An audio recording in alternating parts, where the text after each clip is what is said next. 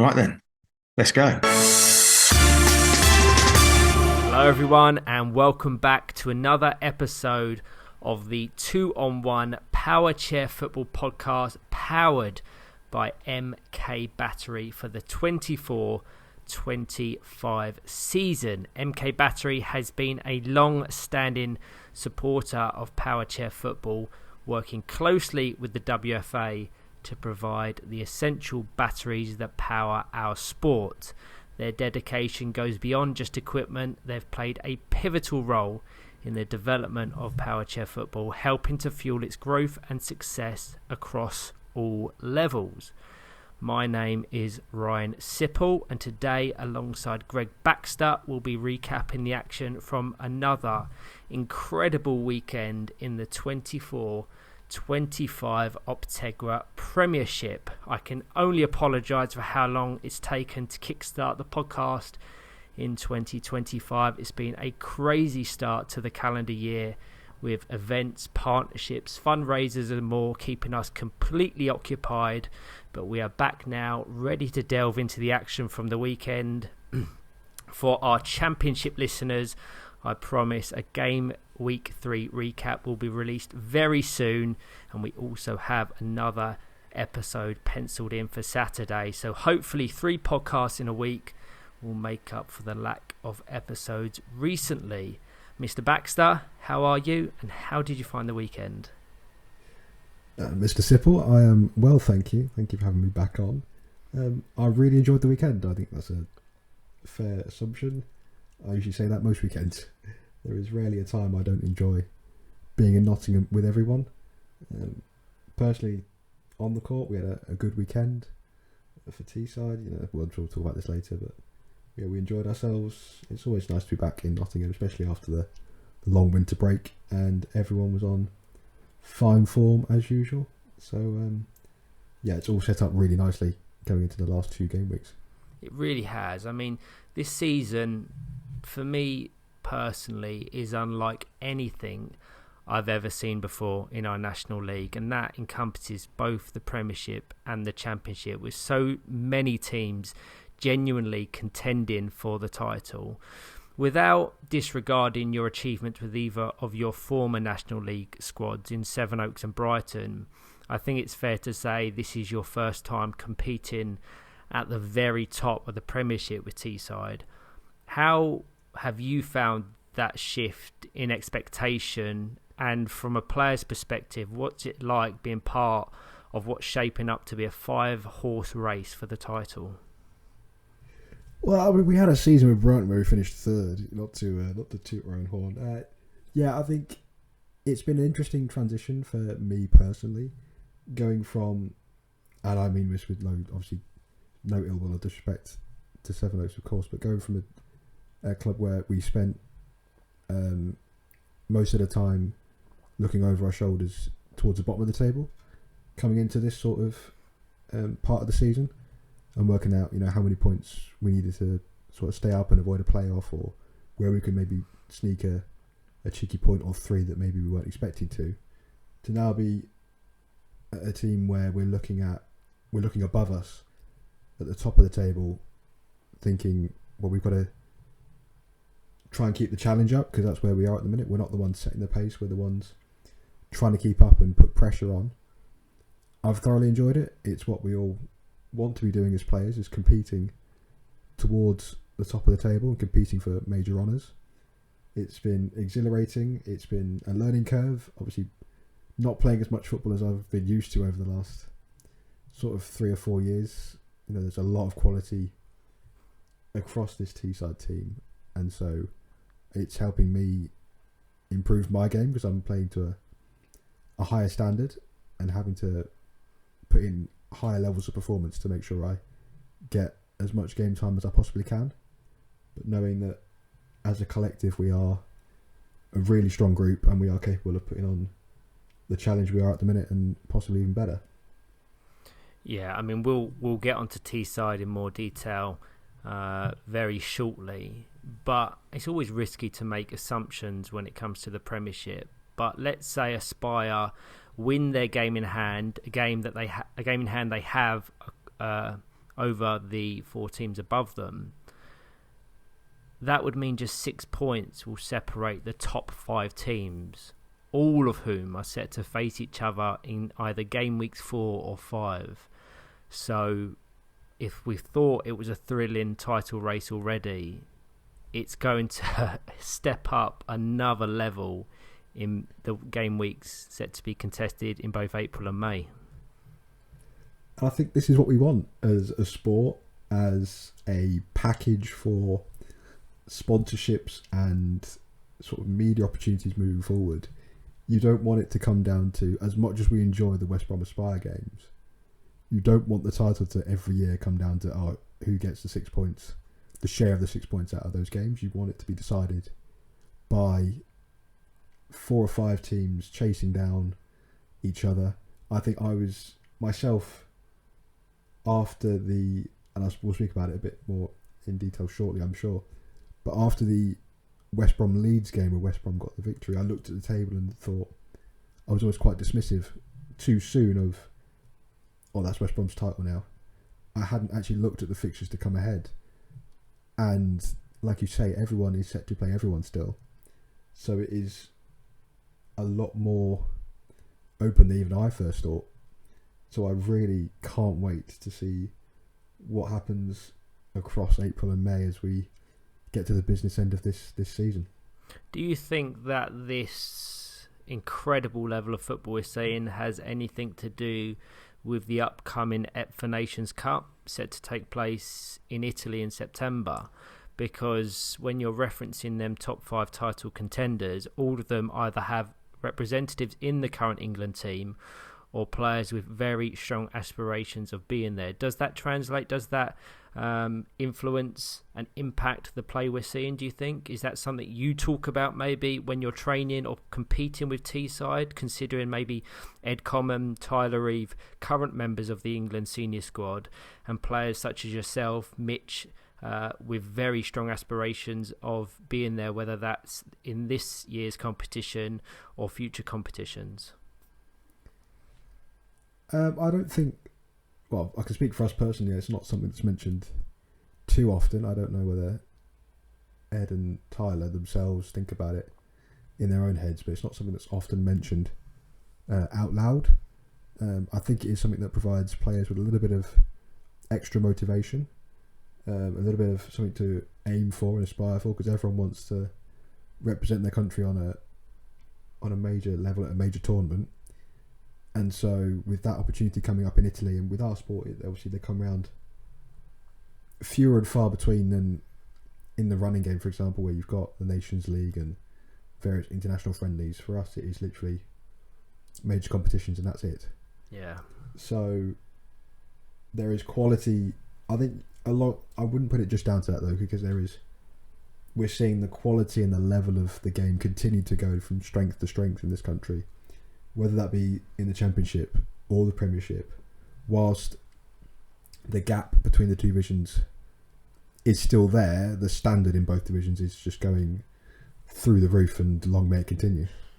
Yeah, I often say that the quality in both the National League Premiership and Championship is the highest it's ever been.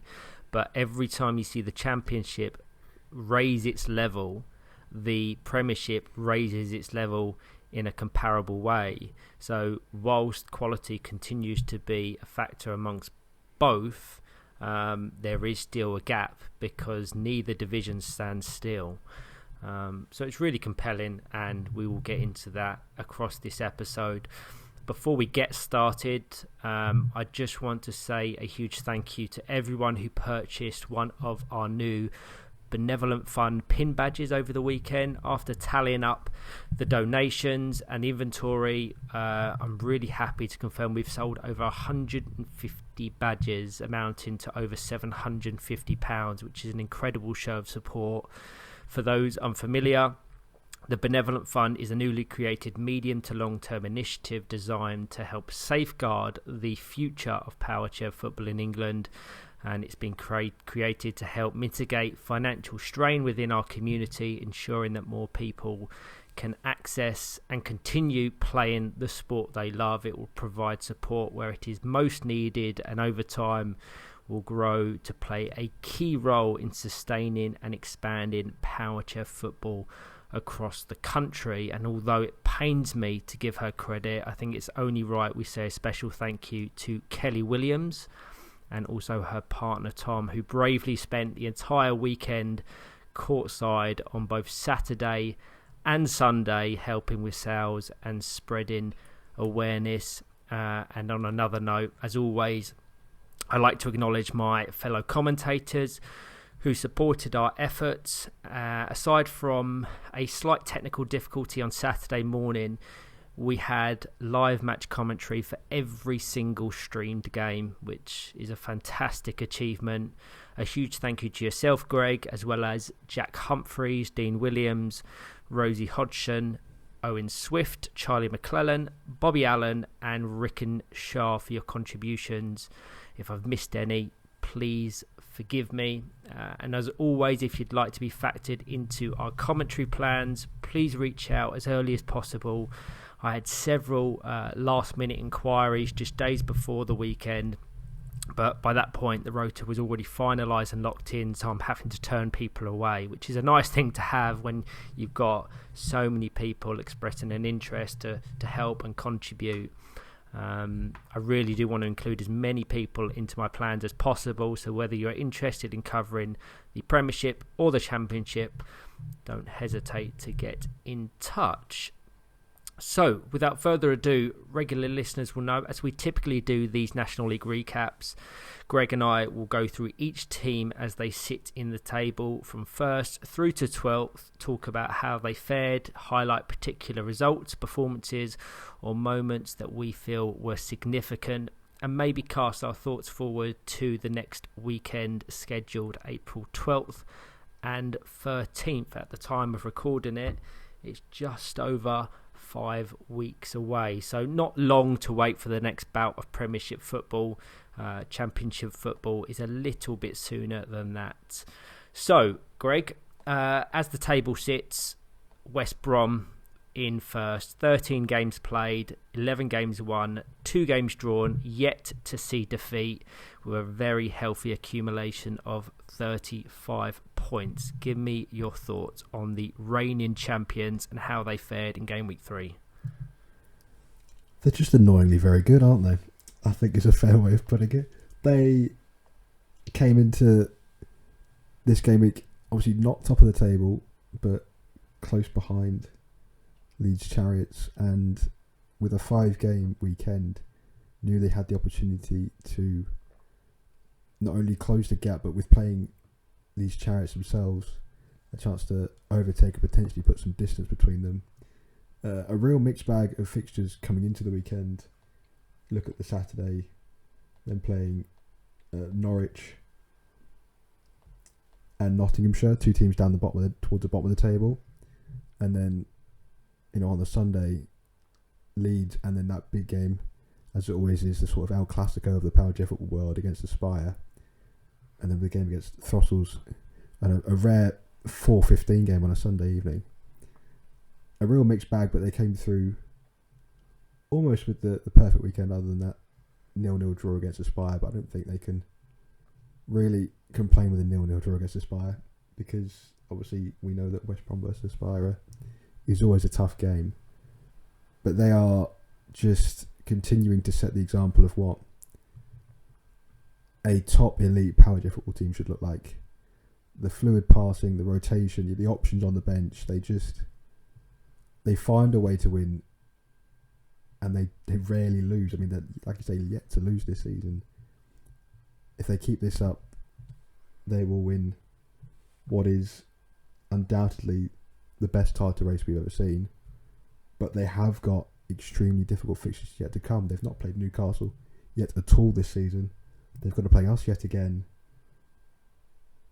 Whilst they have put themselves in the driving seat, 4 points clear with a game in hand over second place Leeds, the great thing is that they're still not home and dry, whereas in previous seasons you maybe look at that, like I did early Sunday morning after the win against Leeds, thinking, well, that's that. Yeah, I mean, I echo everything you said. Absolutely incredible. 5 games played, 4 wins, a stalemate against Aspire. I will say that in that Aspire draw, I had Aspire the better of the 2 oppositions. That's relative, of course. It was a very close game. But I felt West Brom were very conservative. But given their stand-ins and their games in hand and their points advantage, they need the points far less than their close rivals Aspire. So I think that needs noting. I think defensively they are just so well organised. 5 clean sheets in a weekend where they faced Leeds, Aspire and Throssels, which just shows that they're not only adding goals, but they're doing it from a position of strength. For that, I have to give credit to Lucas Christa. His presence has provided a level of security that perhaps wasn't necessarily there before, which has allowed Chris Gordon to take on more attacking responsibility.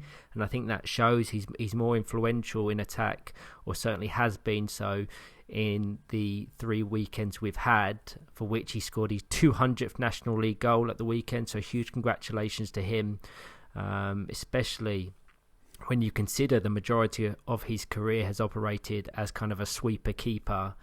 And another talking point, that 200th goal coming against West Bromwich Albion Throssels, who are of course coached by his dad Colin Gordon. So it was a fun moment for Chris Gordon to have one over Colin. But we'll say it continuously across this podcast, whoever we're referencing, about applying context to situations. And whilst you can look at results and tables at face value and make your own conclusions, you have to remember that West Brom are adapting to life without some key players. Just from last season alone, Marcus Harrison, Dave Lewis, Valentino Zegarelli have all left the club.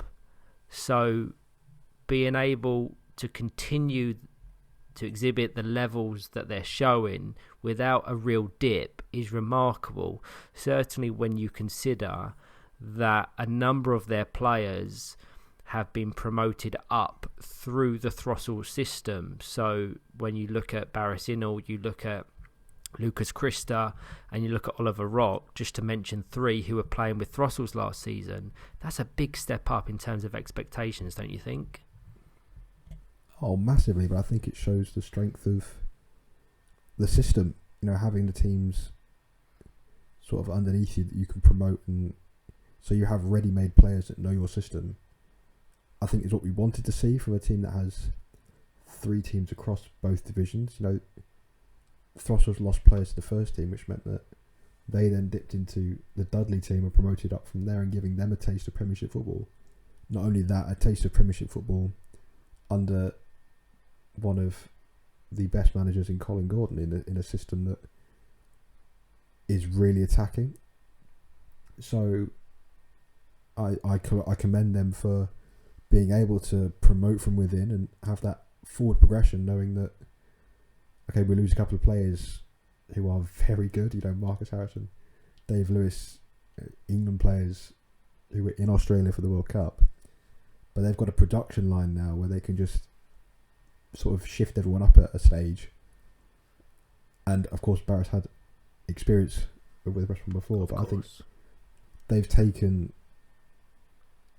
young players as well, Ollie Rock, and they've made them into, they're starting to mould them into players that can compete with the likes of Brad Bates and Dylan Kelsall for game time, which is what you want to see. You want healthy competition, but it's so good to have that sort of upward progression, and it's just lovely to see.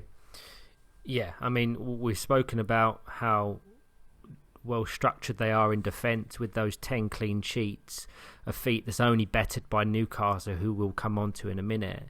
But they've also got the best attacking output of any team in the country, averaging 3.5 goals per game in the National League, which when you consider how high the quality is in this division, that in itself is a pretty impressive stat. But breaking it down, you've got Dylan Kelsall, now the league's top goal scorer, with 18 goals. He also has 8 assists, so 26 goal contributions across their games so far. Pair that with the addition of Brad Bates, obviously rejoined West Brom from Aspire. He also has 17 assists with 11 goals, so 28 goal contributions. So between those two, they're kind of picking up the responsibility vacated by most notably Marcus Harrison and Valentino Zegarelli, who were fairly prolific in front of goal last season, and it's really helping them. And no doubt both players will have their sights on securing a spot in Adam McAvoy's Ep for Nations Cup squad as well. And another player I really want to spotlight, he never gets the headlines, but for me he's instrumental in the way he played, in the way West Brom play, and that is Matt Gilbert. And I just, from the outside looking in, he has such a fantastic relationship with Chris Gordon that is built on complete trust. And you know, if and when Chris utilises Matt, he will always perform. He will always produce the performance needed to help them in their games. And he's a player that never dips below a 7 or 8 out of 10.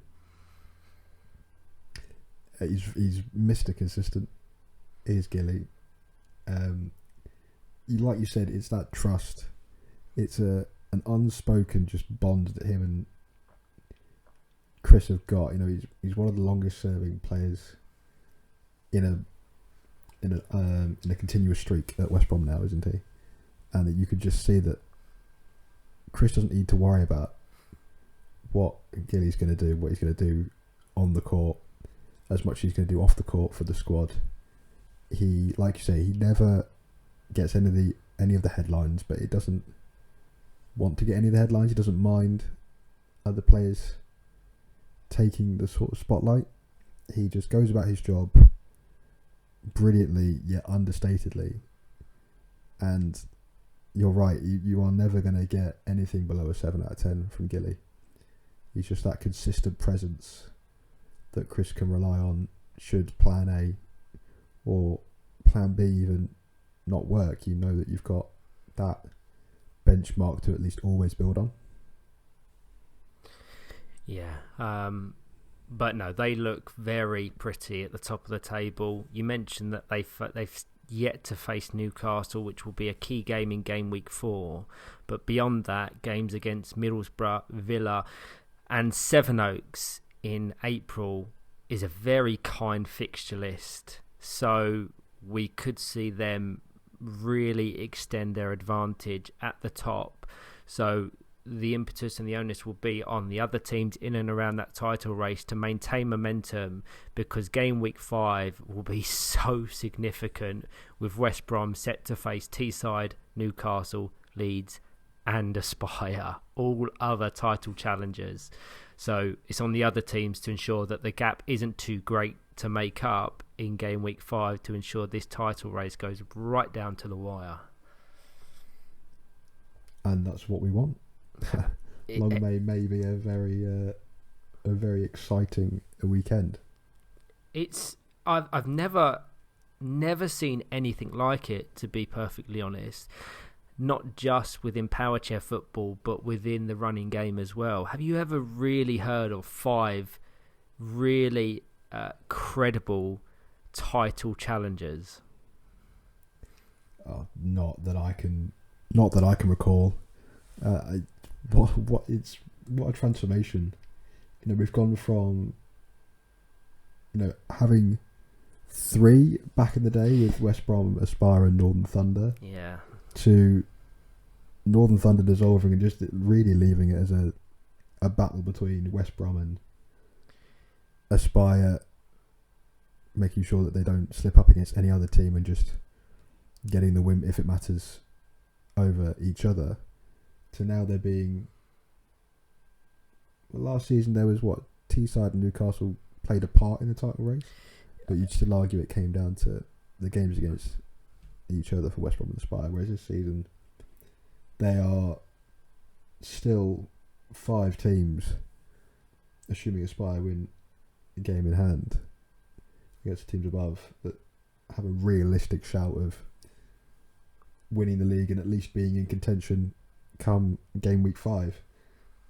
Like I said, from a sport point of view, it's excellent. From a sponsors and a package point of view, I'm sure the WFA executive are thrilled, because this is such a competitive sport, and they can use this season and go, look, this is worthy of more media attention than we are currently getting, and this is what we can bring for sponsors.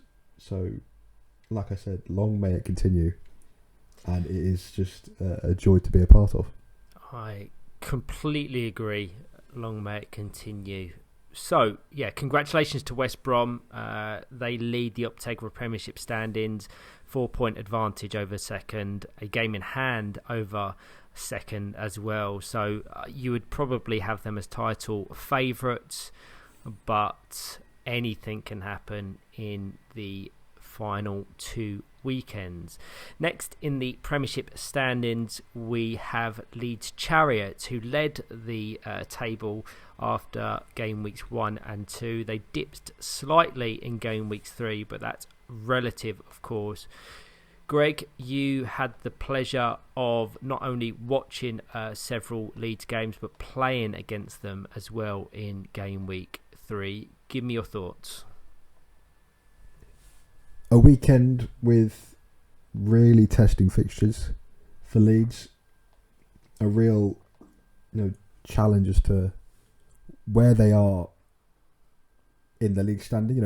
How serious are their title credentials, and I think they showed that they are incredibly serious. They played Teesside, Aspire, West Brom, 3 teams in and around them in the title race, and to come out with a mixed bag. So 2-1 win over Aspire, a 0-0 draw versus us at Teesside, and then losing to West Brom.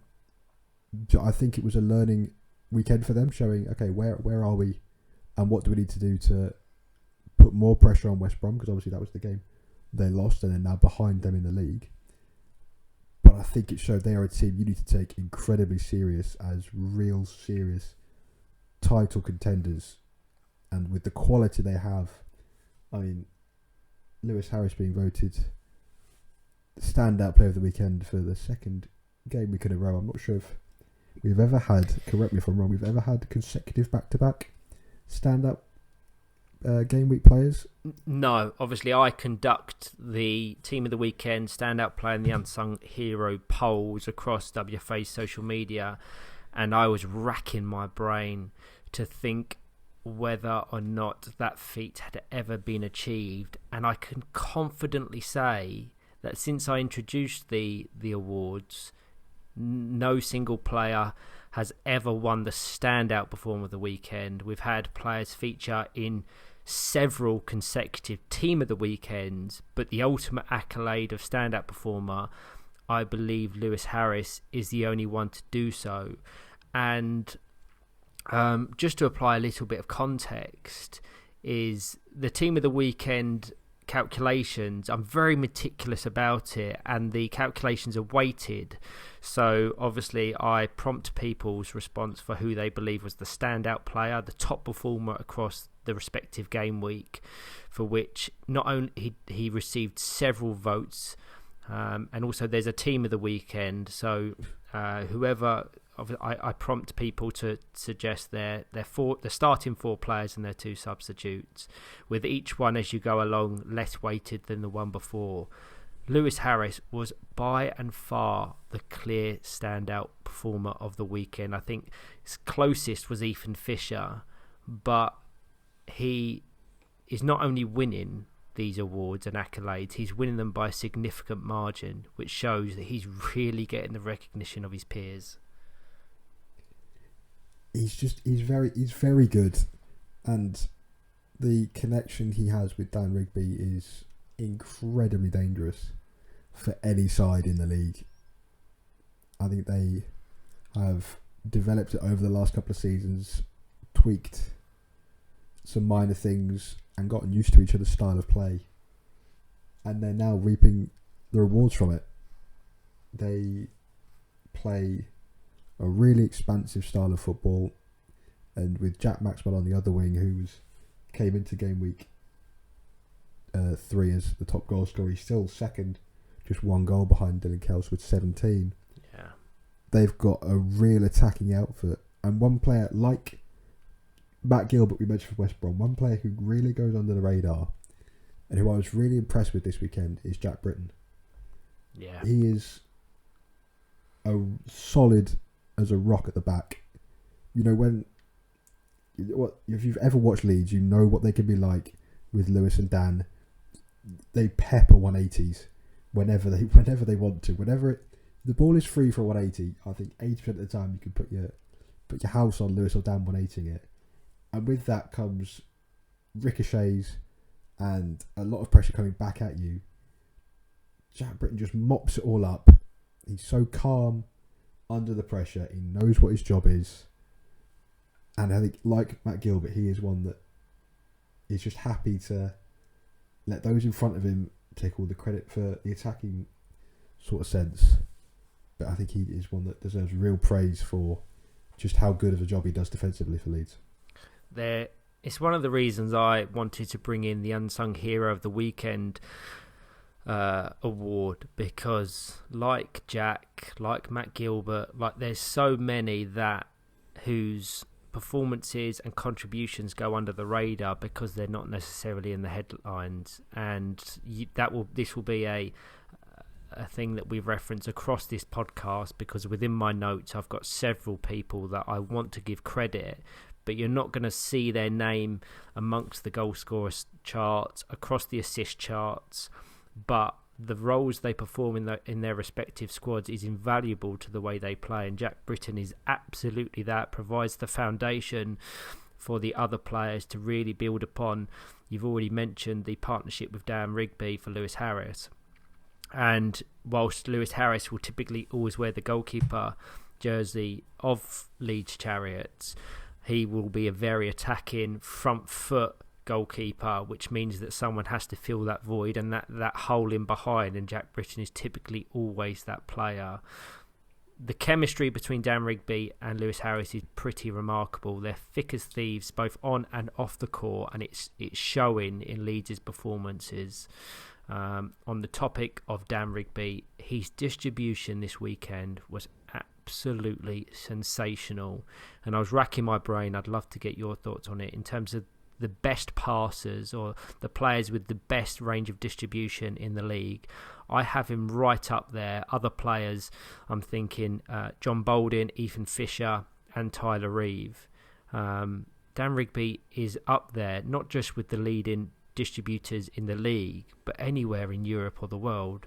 And that's why you're probably seeing Jack Maxwell be so prolific in front of goal, because he's getting this continual service in the attacking wide areas. You've already mentioned one goal off top goal scorer. He's also the next player that's touted to reach 100 National League goals. I think he's now on 94. So you'd very much suspect he will be part of the Century Club come the conclusion of the 24-25 season. And also another thing I wanted to get your thoughts on. In my notes and in my recap, I've said that consistency is key for Leeds Chariots. Do you know they're the only team in the 12-team division that haven't made any squad changes? And that being, no players have come in, nor any players have gone out. And whilst squad stability can sometimes be a weakness, because sometimes you need to refresh naturally, in Leeds' case, their consistent group is proven to be a real strength. Well, firstly, your point about Dan Rigby, you three players you mentioned alongside him were the three that came to my mind straight away. Yeah. Being John, Ethan and Tyler. They are the ones that I can see. They're a group of four there that are just a cut above the rest. The thing with Dan Rigby is, and I took this into our game, is he can have a snapshot from anywhere. He is not afraid to try and catch the goalkeeper out. You have got to be alert for the entire 40 minutes. He tried it a couple of times against us at Teesside, and I had to make a couple of smart stops. I'm not bigging myself up here, but I had to be on my toes because he can wrap that chair around and pull off a 180 lightning quick, and the power he generates is sensational. It's almost like a trademark. It's like Dylan Kelso when he goes all the way around from a long ball in. He's got that ability just to sort of contort his chair almost. So for me, he is up there with one of the best distributors. He can find a pass with power and accuracy out of nowhere. And consistency wise, they're showing that you don't have to make changes in the summer or during the winter periods to have success. They're building a foundation, and this has been a 2 or 3 year project now for Leeds. Yeah. And like I said, with the chemistry that they've developed between Lewis and Dan, they're reaping the benefits of it. They are now title contenders, title challengers, whereas they only got promoted. I can't remember how many years they got promoted ago. In terms of the sustained spell in the Premiership, I think it was just prior to the pandemic. So maybe the 1920 season, they gained promotion to the Premiership for the time in which they've sustained their status there. I think it was COVID. So think about that. And we obviously didn't have a year. We had a couple of years off of COVID. Like Teesside, they've become, and Newcastle, there's 3 of them. They've become title challengers and challengers to the old guard in West Brom and Aspire relatively quickly, which shows a development in our sport where you can build success continually and have a foundation of the same squad. And I think credit has to go to Ross Rigby for, and I know Lewis coaches him a little bit as well, but what he's built as a squad of 5, and of course they have a team in the second division as well, is just remarkable, and full credit to them. On that point as well, Newcastle United Foundation secured promotion to the Premiership in the 21-22 season, so they were technically awarded the Championship trophy in the short season we had from COVID. So that's another team that's gone from challenging the Championship to gaining promotion to challenging at the top. And Leeds are just a pleasure to watch, and I love the fact that they're in and amongst the title race. Gameweek 4 is very favourable. 4-game weekend. They play Villa Rockets in 6th, Sevenoaks in 7th, Throssels in 9th, and Norwich in 12th. So maximum points has to be the goal, surely. You'd think so, and they're going to have to do that if they want to keep the pressure up, because they're chasing West Brom, who set the pace. And you mentioned the fixtures in Game Week 5. We know West Brom play Leeds. They want to be ideally within 3 points of West Brom going into that game. So when you're chasing, it's on you to not slip up. You're trying to keep the pressure on and hope that the team at the top are the ones that do the slipping. So for Leeds, it's been a brilliant season so far, but they can't rest on their laurels. And one thing, I know I got stick from Lewis Harris and Russ for my comments in there, because I commentated their game against West Brom, and they dominated territory but didn't quite create any clear-cut chances, and West Brom were clinical with theirs. I got a little bit of stick for saying that their defensive wall, so for those new to the sport, having from a kick in, three players in a line, the goalkeeper on the edge of the box, defender on the line, and a defender very close on the edge of the box, to try and form a wall and stopping them. I called their wall as if it was made out of tissue paper, because West Brom managed to find a gap very consistently. That's a bit harsh. If you watch the game back, Ryan, you'd understand why I said it. It was a one, and maybe it was slightly harsh, but that's one thing they'll need to tweak for the rest of the season, is to make sure they don't gift your teams like West Brom, Teesside, your Newcastles, those opportunities from the wall, because they lost 2-0, and in that first half it could have been 3 or 4. That is the only negative I have for Leeds at all. And I like I said, I rightly got some stick from Lewis and Russ for that comment. I think it speaks volumes that we are looking at the real granular details for things that teams can improve on.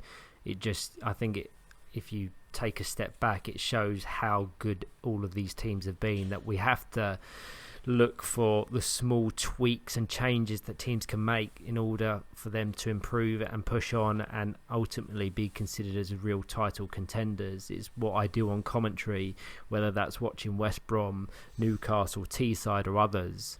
You have to pick up on the small details, because them small details will have huge impacts in the games against other title rivals. So you, as a commentator, you're tasked with the responsibility of talking about what you see, and whilst they wouldn't it sounds like they weren't overly happy with the criticism, I'm sure that will now be factored into their training and their considerations going forward. So it could ultimately really help them, because if they address that, then teams such as West Brom, Aspire, Teesside, others will really struggle to break them down. I must say, it was all said in jest afterwards. Of course. As well. They weren't obviously didn't launch a full on complaint system. It was all in jest, and they're a good group, some good banter between them all. No, congratulations to Leeds. Very much in the title race. A very favourable game week 4. Of the other title contenders, they probably have the most favourable game week 5 as well. Whilst they face Aspire and West Brom, they also have the other games against Nottinghamshire and Greenbank. So if you're looking at that, you're thinking that they're going to go right down to the wire and challenge the teams in and around them. So, next in the Optegra Championship, Premiership standings. Have we been relegated? I don't know about it, right? I've got Championship on my mind. As mentioned earlier, we're set to record the Championship recap today. So, it's a busy day of podcasts. But back to the Premiership recap. We have Teesside in third. I only managed to catch one of their games this weekend, so it's a very good job. I have one of their star players alongside me to properly break down their performances and successes. What I will say is, in the game I did watch, they are a joy to watch, playing some exquisite football. Not to take you out the conversation, but the game that I did watch them against Throstles, the combinations of Mitch Tinkler, Ed Common and Tyler Reeve is fantastic to watch, and the levels they're producing is that of a title contending side.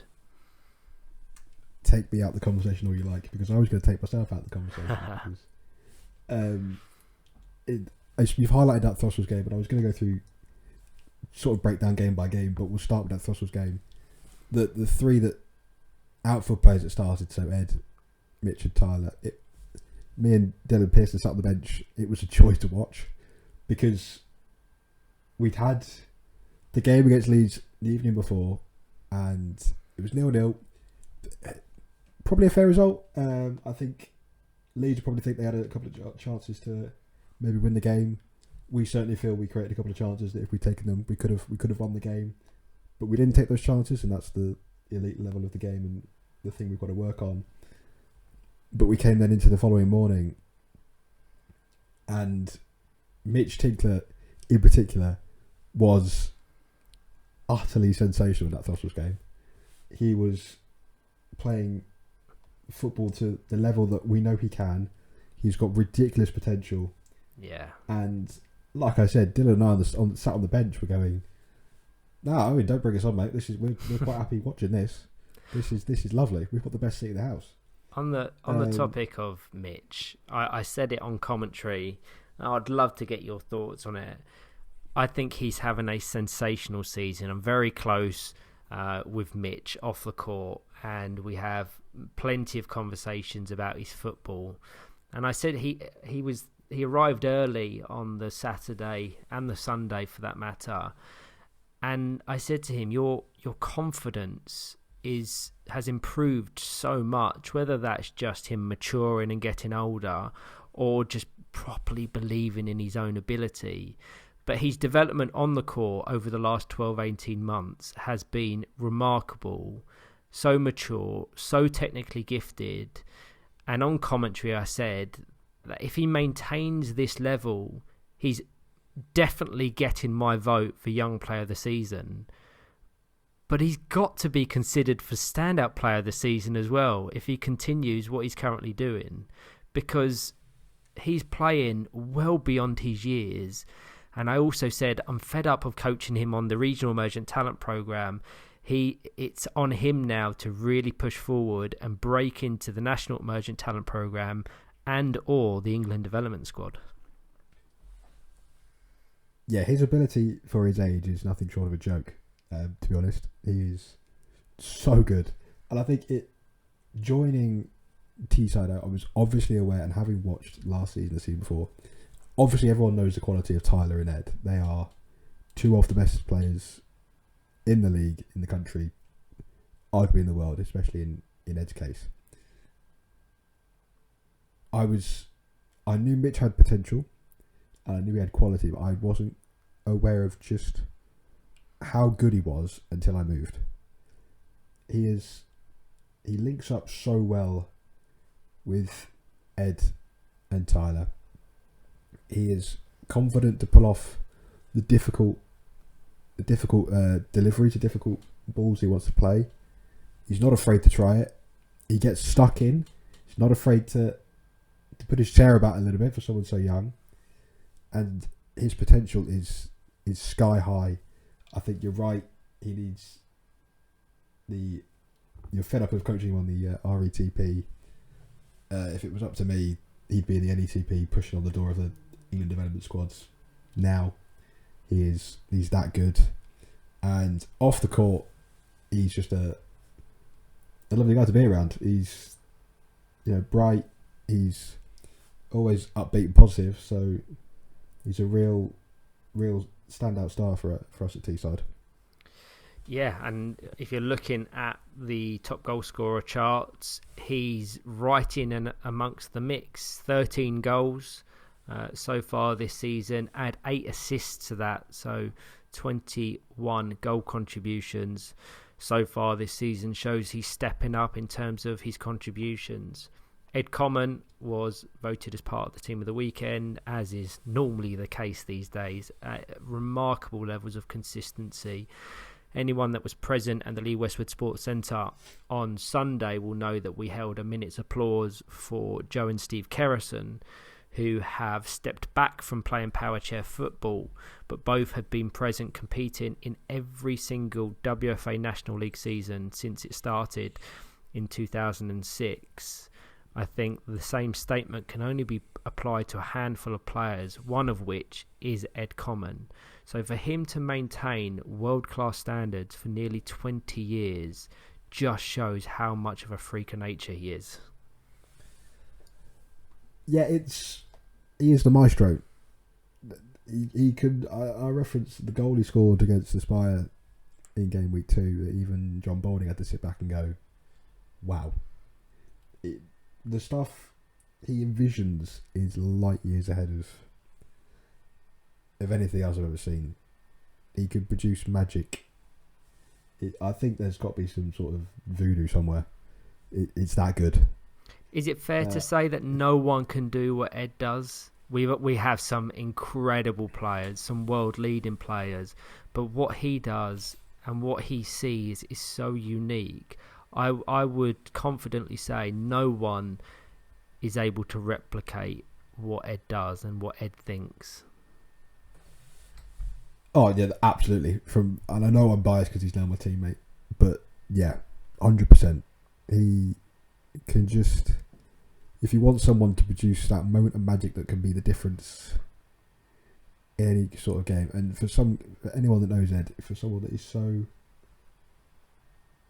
just humble, and he's not the loud mouth, he's not tooting his own horn. He just goes about his business with the quiet, dignified, but just on the court he's so brutal with what he can produce, and the connection that Dan and Lewis have, the connection that he and Tyler have, is just special, and it's nice that he's been able to find that partnership with someone else after having it with Sam Smith at Northern Thunder for all those years.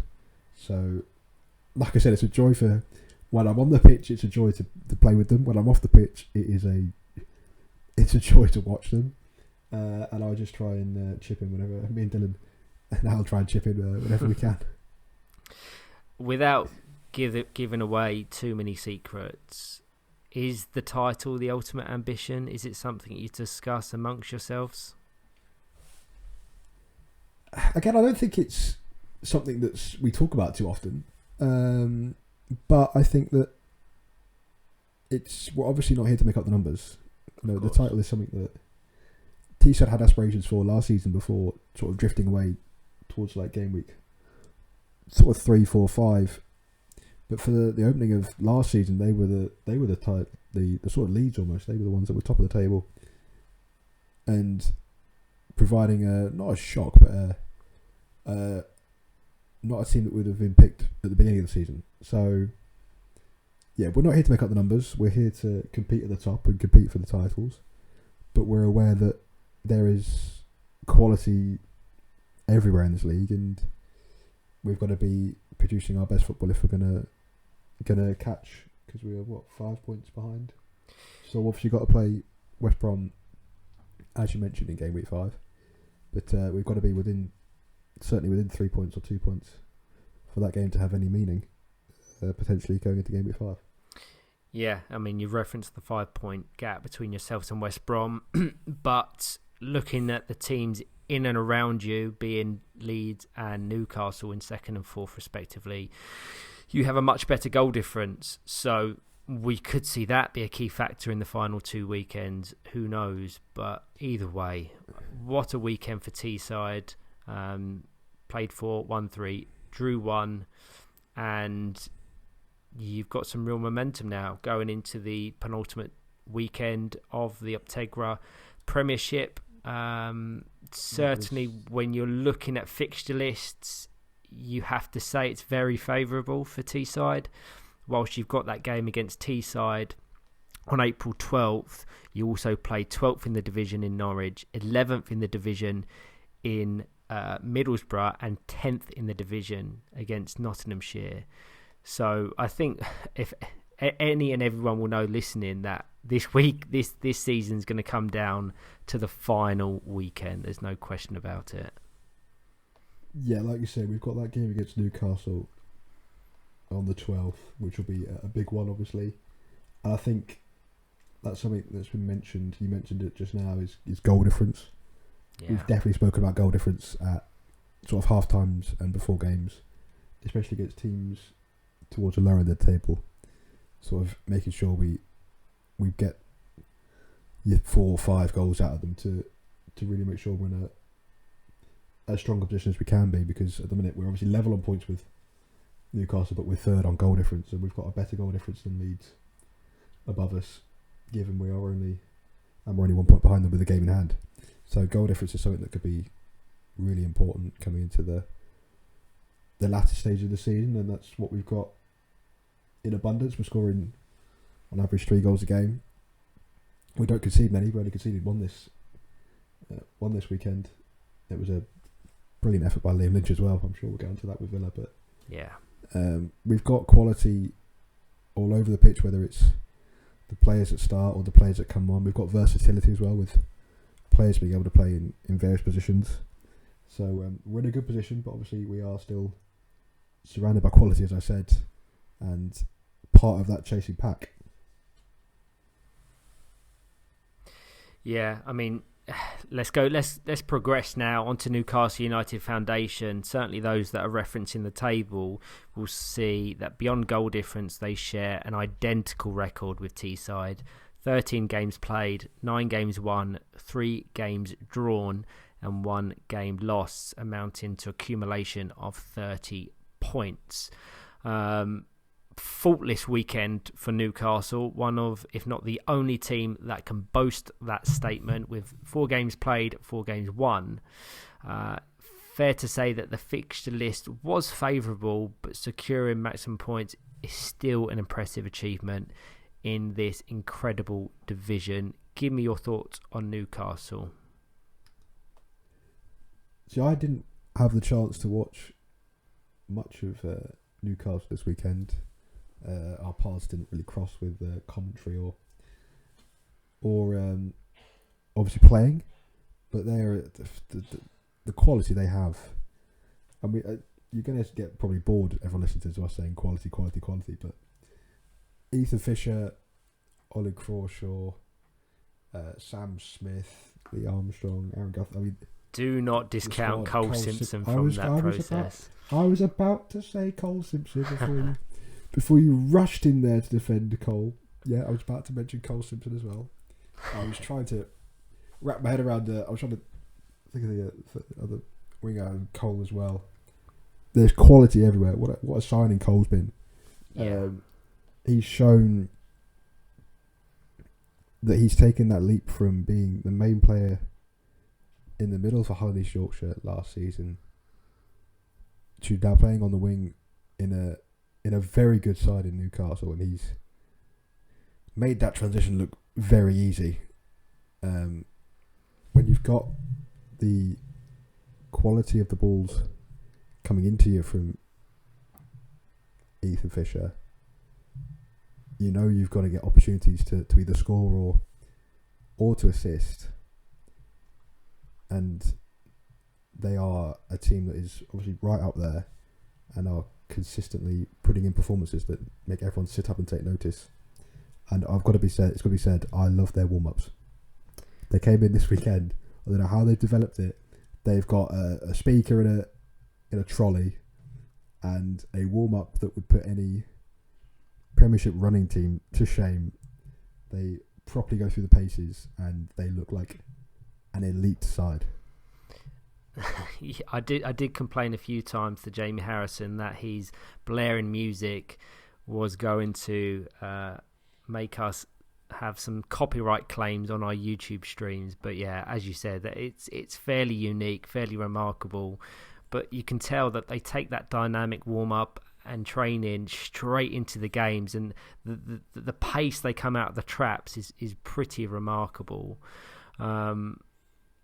They've got an unprecedented defensive record, 11 clean sheets from 13 games, and that included a remarkable run of 10 consecutive clean sheets. We're talking about the quality of this division from top to bottom. To have 10 consecutive clean sheets is got to be unheard of. They are rock solid in defence. The partnership of Ethan Fisher and Lee Armstrong is formidable and incredibly well organised. Much like Matt Gilbert at West Brom, Jack Britton at Leeds Chariots, Lee Armstrong flies under the radar. His defensive role limits his attacking output. He has 0 goals and 0 assists in 24-25, but his organisation and leadership at the back are invaluable. And for me, without him, the squad just wouldn't be nearly as effective as it is. I think Jamie Harrison seems to have settled on a core lineup, a settled starting four, so to speak. Lee Armstrong, Ethan Fisher, Ollie Crawshaw and Cole Simpson.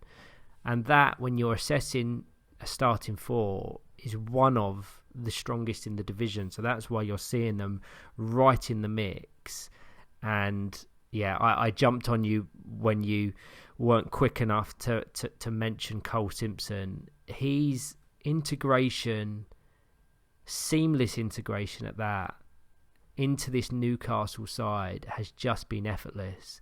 And considering the intensity of the Premiership, despite playing in a new position, one in which he very rarely occupied at Hull, every time he gets the ball on the wing, he looks dangerous, he looks capable of scoring, and on most occasions, he does.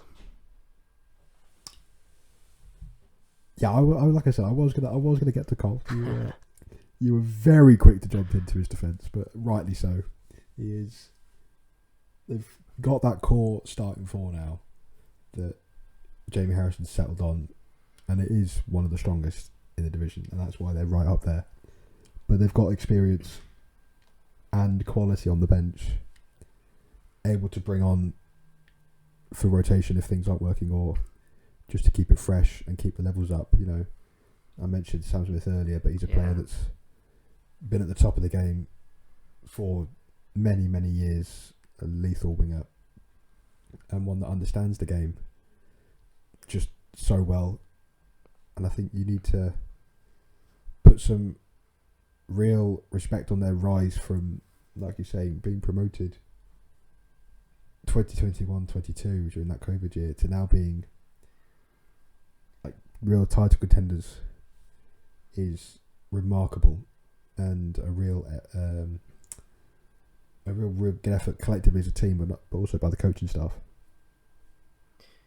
Yeah, I mean, just want to go back quickly to a point you made about the kind of the strength and depth, and how whilst Sam Smith and Aaron Guthrie featured primarily from the bench in Gameweek 3, both of them have clearly raised their levels in a bid to force their way back into the starting squad. A starting squad I said was fairly settled, and Jamie Harrison opted to pick for the majority of the weekend. But them players on the periphery raising their standards has clearly pushed the core four to even higher standards. So Cole Simpson, Ollie Crawshaw, nearing 50 National League goals now. This is a player who missed two or three weekends in 23-24 and was still voted the Young Player of the Season. He's hit the ground running in 24-25. Not only is he 1 or 2 goals away from the milestone of 50, he's playing some of the best football he's ever done. And Ethan Fisher, absolutely sensational. I actually voted Ethan Fisher as the standout player of the weekend. I had the pleasure of watching all of Newcastle's games. His distribution, his pressing, his positioning, his maturity, world class. And no doubt he is trying to force his way into the narrative when it comes to the for Nations Cup and Adam McAvoy's selection. We said it so many times, whether that's on podcast or commentary. Adam McAvoy has an embarrassment of riches, but it also means he has an incredibly tough decision on his hands when it comes to whittling that squad down to just 8 players, because as you've probably heard from this podcast alone, the amount of players we've referenced being at the absolute top of their game, that there is going to be players that miss out.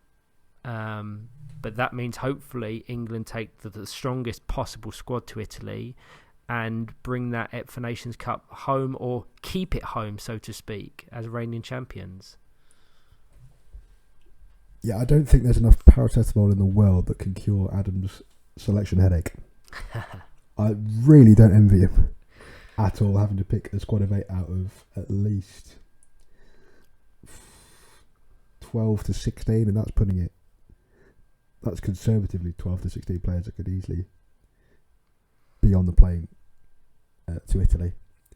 So I think with Ethan, it's his game on the same, but correct me if I'm wrong, I'd love to know your opinion on this, but I don't think there is a player, certainly in England, possibly the world, I don't know, who gets as much power on a Powerchair Football ball when they connect with it properly than Ethan Fisher. For me, watching him, I remember watching and commentating him when he was playing in the Championship with Northwest Bees. He then made the transition or transfer over to Newcastle. That aspect of his game in terms of the power and just striking a ball whilst awe-inspiring was sometimes a negative, because it's one thing to be able to strike a ball. It's another thing to do it effectively at the right time. And I think that's the greatest difference between now and then, is picking when to strike the ball and when to really leather it. There was times early in his Newcastle career when he was so prone, so primed to strike it, that sometimes it just took a rebound off the pressing players' the opposition player's bumper, and it would be an immediate threat on his own goal.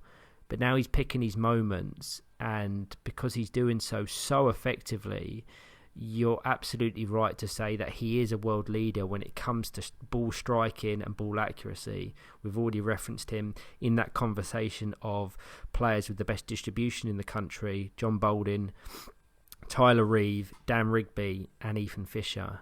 And my God, are the wide players of Newcastle benefiting from that distribution. And like you said, Ollie Crawshaw missed, what was it, 3 weekends last season? I think it was 2. Was it 2 or 3? I think it was game weeks 3 and 4. And he came back for 5. I thought he missed 2, 3 and 4. Very potentially.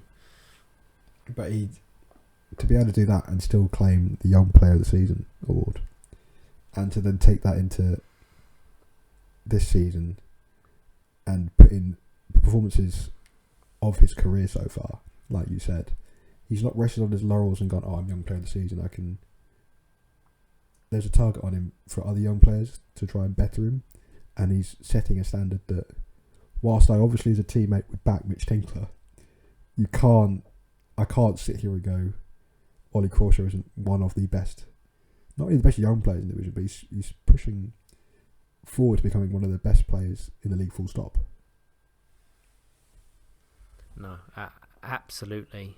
We've seen that Young Player of the Season be contested by either Dan McClellan or Ollie Crawshaw for the last 3 or 4 years. But I think that's going to open up massively this season. Whilst Dan and Ollie are playing some of the best football, you are seeing players such as Mitch come right into the conversation now. And also worth noting that we've also changed the ruling around the Young Player of the Season award to extend it from 16 and under to players that are 18 and under. So that will also take into consideration other players that wouldn't otherwise be in consideration. So it could be really intriguing, that particular race for that particular award. But either way, great stuff from Newcastle. Game week 4 is going to be a real test. They play West Brom, Teesside and Greenbank.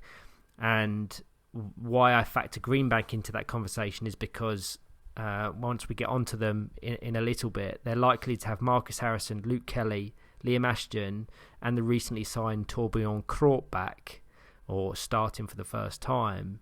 So Game Week 4 could really define how serious Newcastle's title charge is, but I'm absolutely here for it.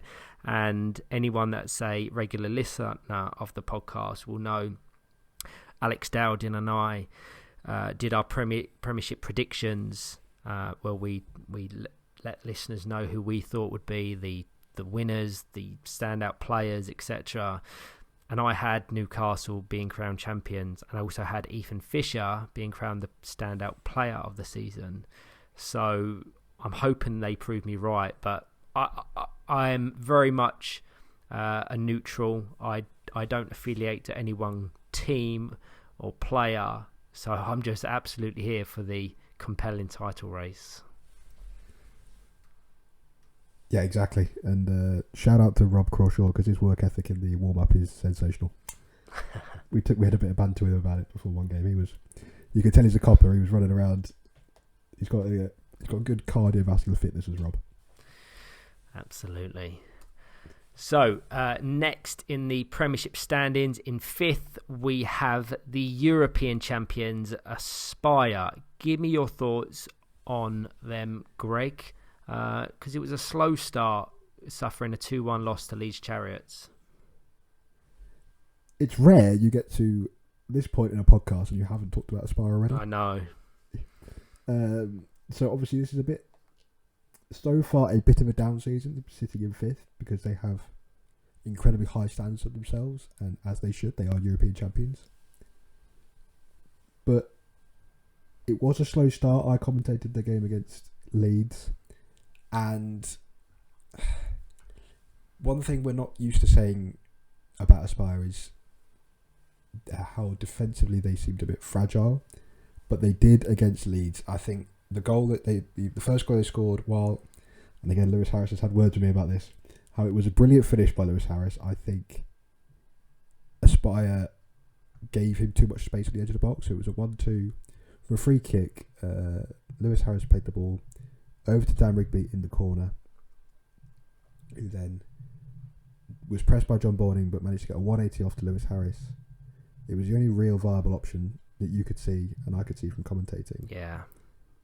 And the fact that neither winger on the outside of the box switched on to get in the way of Lewis Harris's 180 spin before he buried it in the far corner, and he did bury it to his credit, is something that John Balding was obviously visibly frustrated with after the goal, but they got themselves back in it. And then I've not seen it. This is one game I've not seen back yet because I commented on it, but the angle we had for the winning goal for Leeds right in the last 2 minutes or so, you can't really work out what happens, but it felt like a mistake at the back, and that's again not often something you say about Aspire, but it's a crucial one. You know, losing further ground on a team that are further up the table. They obviously got the game in hand, so if they win that, they go just 6 points behind, and you can never count out Aspire. They obviously then got that 0-0 draw against West Brom, which I couldn't watch because I was playing on Court A, and as much as I tried to get Owen to bench me for the entire game so I could watch it, he didn't do that, annoyingly.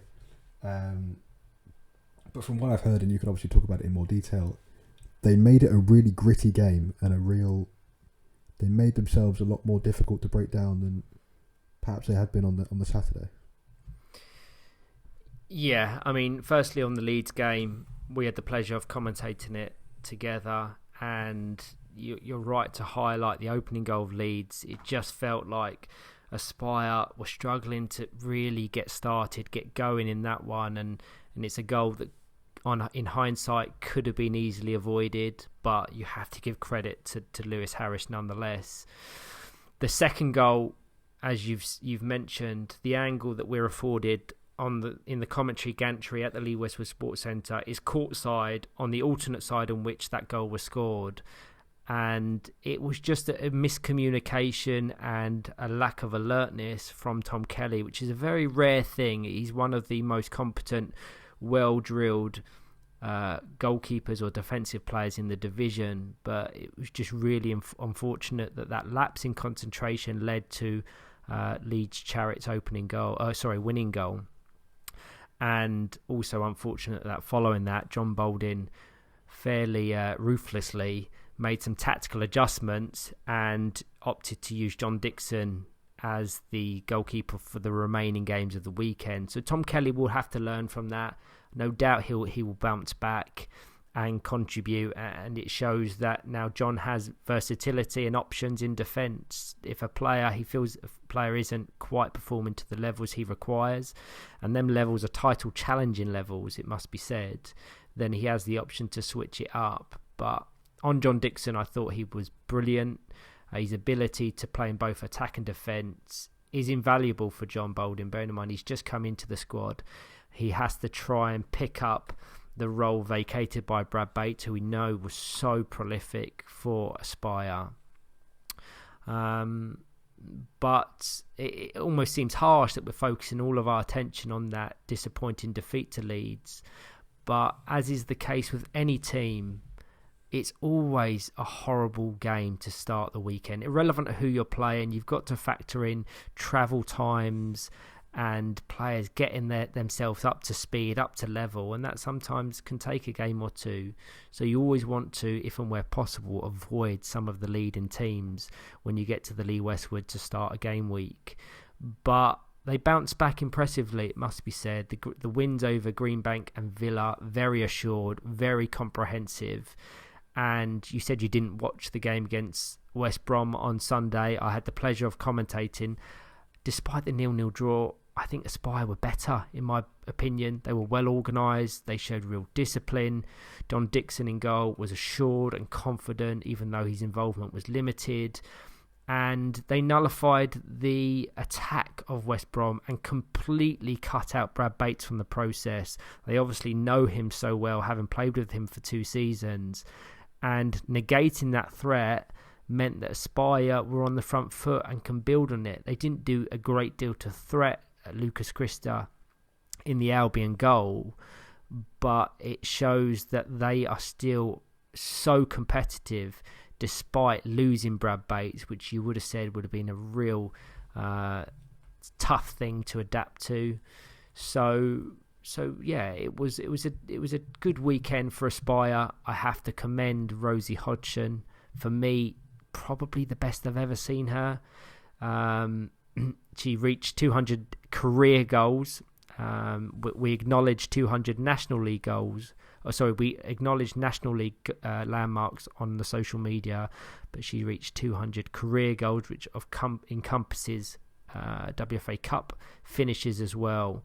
She looked sharp, confident, well positioned, and as already mentioned, she's stepping up at the perfect time to adjust to life without Brad Bates. So overall, a lot of positives, but they have some ground to make up on the teams above them. But because they face them all within game weeks 4 or 5, they are still in that mix for the title. You read my mind, because I was literally about to say Rosie obviously made the team of the weekend and she reached 200 career goals, so fantastic achievement for her. And like I said, you can never count out Spire. You can never count out John Boulding for just on his own. Any team that's got John Boulding in, you cannot cut out of any sort of title race. And if they don't go on to win it, they will, I'm sure, given the fixtures, be a team that play a part in potentially spoiling it for one of the other teams above them. But they will, of course, have aspirations of, with at least having a game in hand on Newcastle, Teesside and West Brom, and 2 in hand on Leeds, of making up some ground, and becoming a real part of it come game week 5 especially. Yeah, I mean, game week 5 is the real test. That's when they face Teesside, Leeds, West Brom, Newcastle. So they face all other title contenders. Game week 4, however, in comparison, very kind. Games against Norwich, Middlesbrough, Sevenoaks, Throssels and Nottinghamshire. So knowing John, the expectation, the non-negotiable expectation will be to secure maximum points, being 15. If they're able to accomplish that, they'll be sitting on 41 points heading into game week 5. So they're still in consideration, I assure you. And if Alex Dowding is listening, his number 1 rule with Powerchair Football is to never bet against Boulding. Yeah, that's got to be up there with my 1 or 2 rules in Powerchair Football. You never count out John Boulding or a side that he is on. And so, like you say, game week 4, they play 5 of the bottom 6 or 7 in the league. Yeah. I mean, you expect 15 points from those. Yeah, 5 out of the bottom 6, you expect 15 points. And that'll put you in good stead to at least be in the calculation come those difficult fixtures in game week 5. Yeah, I mean, we're going to see the top teams take points off each other. And I wouldn't be shocked if any of the top 5 teams went on to be crowned the ultimate champions. And that's what makes this title race so compelling and so unprecedented at that. I think the interesting thing for Aspire is this year they're doing it as they're coming from the outside now, with where they are and where their performances in the first and results in the first 3 game weeks. They're usually up there with West Brom and not one of the 3 or 4 teams looking in from the outside hoping to put in a monstrous charge. That's something we've got to, I'm sure they can do it, and looking at the fixtures, especially in game week 4, they'll be able to do that. But can they then take that momentum into game week 5 and be one of those dark horses from the outside this time rather than leading from the front with West Brom?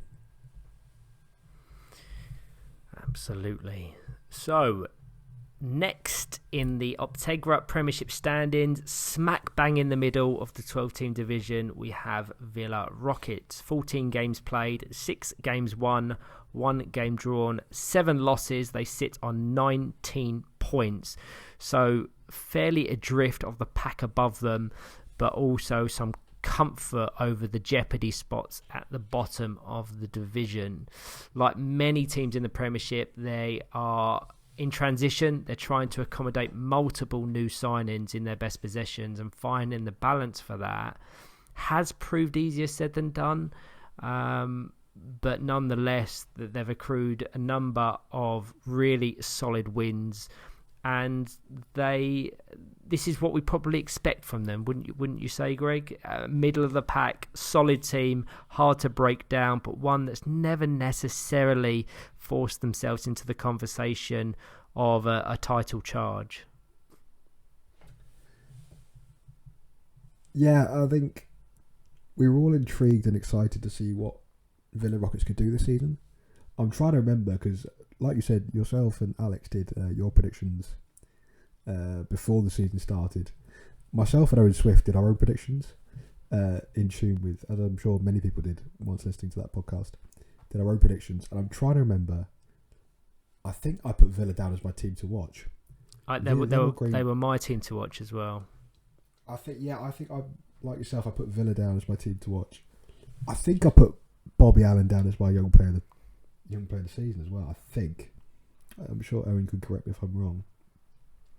But they had some real quality signings when coming in to the year. You think Dave Lewis, Bobby Allen. They've then gone and signed for this weekend and the rest of the season Liam Lynch from Ireland, who settled in seamlessly well and adjusted to the pace of the league. And that's one thing I remember he said to Dean Williams was you could tell the pace difference straight away. So they've got quality, and I think it's just that adjustment period of working out the system they want to play, working out how each other plays as teammates, and forming that sort of baseline, maybe not for this season, using this season as a test, and then working out any kinks or sort of tactical tweaks they want to make and using it as a springboard for the next couple of seasons, like we've seen Leeds do. Yeah. If they can keep if they can keep the bulk of the squad, they can keep the squad consistent. Moving into next year, the year after, they could be a real formidable force. But they're always tough to break down. Villa, maybe less so this season because they've tried to adapt to a more attacking style of football. Yeah. So they're more of a threat on an attacking sense. But with that comes less of a defensive stability. And so it's that transition they're going through right now. But on their day, they could play some really good football. You know, the link up between Dave Lewis and Bobby, and Summer Rice is getting there. So full credit to them for being... It always sounds harsh saying they're in the sort of 1 to 5 is now title challenges, and 6 to 12 or 6 to 9th is now the best of the rest. They're kind of in a mini league with sort of them, Sevenoaks and Greenbank. You know, Sevenoaks are also on 19 points, Greenbank on 12. Sort of the best of the rest. I think that's probably the best they could have hoped for coming into that season without doing them any disservice. I think you're absolutely fair to say that, and I think you encapsulated it perfectly to say that they can use this season as the springboard for next season, and I think that's going to be a factor that and a title we apply to several of the squads we're going to reference in the rest of this episode, Greenbank being one of them. But for me, it's been that quality versus consistency for Villa. Much like the teams above them, the quality of their players has never been the issue, but the consistency remains a big challenge. They're always typically very strong against the teams below them, but often struggle against those above them. And they're clearly fine-tuning their tactical formula to try and find the most effective way and the effective game plan, but accommodating several new players it is a challenging thing to do. They're trying to find the right system. I think it's widely considered that Dave Lewis and Amir Ali, or Bubba for short, have contrasting styles almost, making it difficult to build a system that plays to both of their strengths. In Gameweek 3, certainly the games I watched them against Greenbank and Middlesbrough, they operated as that 1-2 pivot in defence and were so well organised, and that's something that they're clearly improving on the more they play together. My question for them would be, where does Hamza Madir fit into that? Hamza Madir was absent in Gameweek 3, and there's, for me, a big question mark of where he fits into this setup, because I regard him as one of the brightest young talents in the country, and I'm intrigued to see how they incorporate that into Game Week 4. You've mentioned Bobby Allen. Breakthrough season for me. He's been absolutely fantastic, playing with confidence, playing with a smile on his face. He has 5 goals this season. That's 3 more than he managed in the entire 23-24 campaign with Nomad Knights. Liam Lynch, as you've already said, he openly acknowledged the intensity and the pace of the English game, but it's clear based on his performances that he can hold his own. He scored a couple of goals and some brilliant individual performances, and I think they won't mind me saying this. I actually had dinner with the Villa team on Saturday night, and you can see and feel there's a real sense of togetherness and a real positive atmosphere around the group, which I think will really aid their performances going forward. And can they use this as the springboard? Because they have the experience now in Amir Ali and Dave Lewis. They have the youth and the exciting talent below that. It's can they emulate what Leeds and Newcastle have been able to do to go from that best of the rest kind of title to really challenging towards the top? That's the question that remains for Villa, isn't it? And how they tweak it so that Hamza comes in and plays a key role like he usually does for them. Is it almost the sort of he challenges Bubba and for that second pivot role, or whether he goes out wide and then they have strength and depth out wide? But we've obviously almost exclusively seen him either play second or first pivot, so he's like goalkeeper with that further forward middle player. So whether we see him challenge Bubba, who has been a mainstay of a Villa Rocket side as far as I can remember, and that's going back at least 12 years. So that's the challenge that I think remains to be seen. Liam Lynch, like I said, took to the league and the pace really well. The goal he scored against us was a superb finish. If you get a chance to go back and have a look at it, I highly recommend it.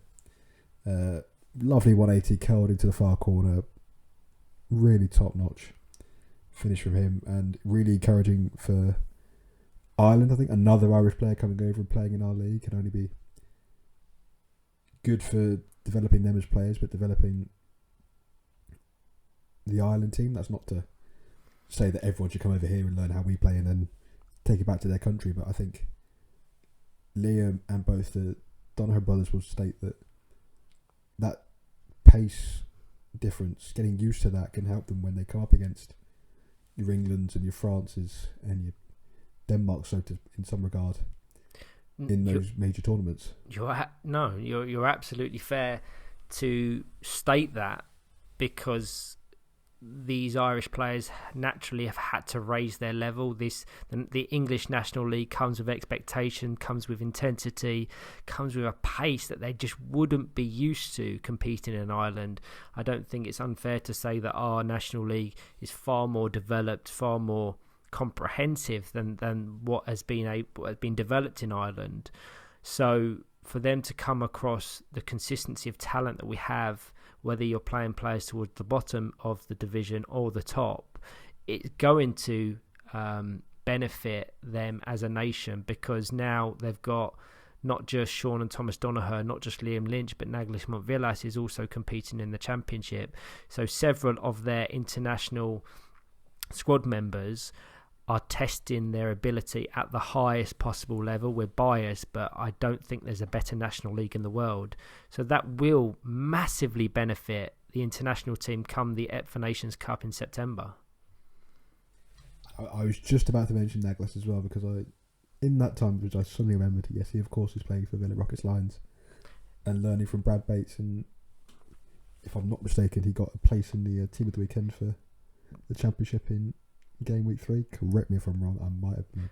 No, he's second. I think it's his second consecutive feature in the team of the weekend, and he wasn't present in Gameweek 1. So we're seeing Villa Rockets Lions, that is in the championship, benefit significantly from his presence. And my own personal opinion, I think Naglis is the best Republic of Ireland international there is at the moment in terms of technical ability and pure talent. So it just shows that Ireland really have the ability to do well as a nation. How it's never necessarily materialised as a collective. They struggled significantly at the 2023 Fit for Powerchair Football World Cup. So they've got some work to do, but the talent is there. And the talent is there for Villa moving forward. Once they settle on a system, and I think they're starting to get there now, there will be a real force for sure with Dave, Bubba and Bobby, although Bobby is Robert on the system, and I did enjoy teasing Ali and Bobby about that over the weekend. That didn't go down too well. No, it doesn't. It doesn't. Anyway, congratulations Villa, solid weekend. Let's see what they can accomplish in game weeks 4 and 5, and also next season. Let's plough on. We're an hour and a half in, and we have made some real good progress. But next in the Premiership standings, in 7th, your former club Sevenoaks, 13 games played, 6 games won, 1 game lost, 6 games lost, and they sit on the exact same number of points as Villa Rockets. They also have a game in hand over Villa Rockets. It'll be interesting to get your perspective, having recently departed them, but I'll just make a few points before you do so. We've spoken continuously about the influx of players coming in or leaving clubs and the impact that has. You have to note that Sevenoaks have seen the departure of yourself and also head coach Adam McAvoy in the off-season, who's now the England head coach. But like Leeds, they're almost benefiting from a compact, cohesive squad, and that compact, cohesive squad seems to be growing together. I am slightly concerned about the depth, and they've only had 4 presents across all 3 weekends so far, and that's likely to be the case for the final 2. I'm worried that, as was the case in Game Week 1, there was a few chair issues, there was bouts of illness, and any player misses would mean that they're competing with 3 players. So if they can pull through this season and reinforce their squad in the off-season, I think they're going to be a really solid team next season. They achieved 3 consecutive wins in Game Week 3 against Norwich, Greenbank and Middlesbrough. And I can't recall the last time they did that in the Premiership, if they've ever done that in the Premiership. So huge congratulations to them. And even more impressive, they paired all 3 of those wins with 3 clean sheets. So it shows that James Mason and Kyle Alexander have got a really good partnership going. Give me your thoughts on Sevenoaks and how they've done this season, because they've already surpassed their win and points total of last season with 2 weekends to go. You've essentially just said I'm the problem there, haven't you? No, I'm just obviously not. But they're a team that obviously I'm really close with the Sevenoaks boys, having spent 3 or 4 seasons with them previously. They're a side that when they get it right, they play really nice football. And they're a side that, as a now fan, can frustrate the living daylights out of me when watching them, because they have the ability to play the football the right way, and like I said, when they get it right, it's lovely to watch. It's fluid. They bring James Mason up to play 4 out.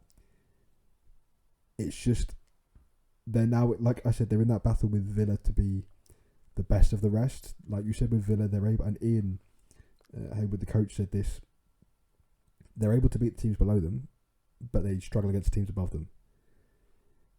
And they're in that sort of limbo now where you said with squad depth, the pool of players they're able to pick from in the south is extremely low. They're developing quite a couple of players, Stanley Ball, and they've got Georgia load up Muscle Warriors in the Championship, who are doing really well in their first taste of National League football, so they've got those potentially for seasons going forward. And when players move to other areas of the country, I'm not just saying myself, but obviously in Sevenoaks cases, this is myself, they struggle to find replacements. So they have the squad of 4, but what they do have is an ability to get a consistent lineup and a consistent sort of performance level against the teams below them, where they can put themselves in a position where they're not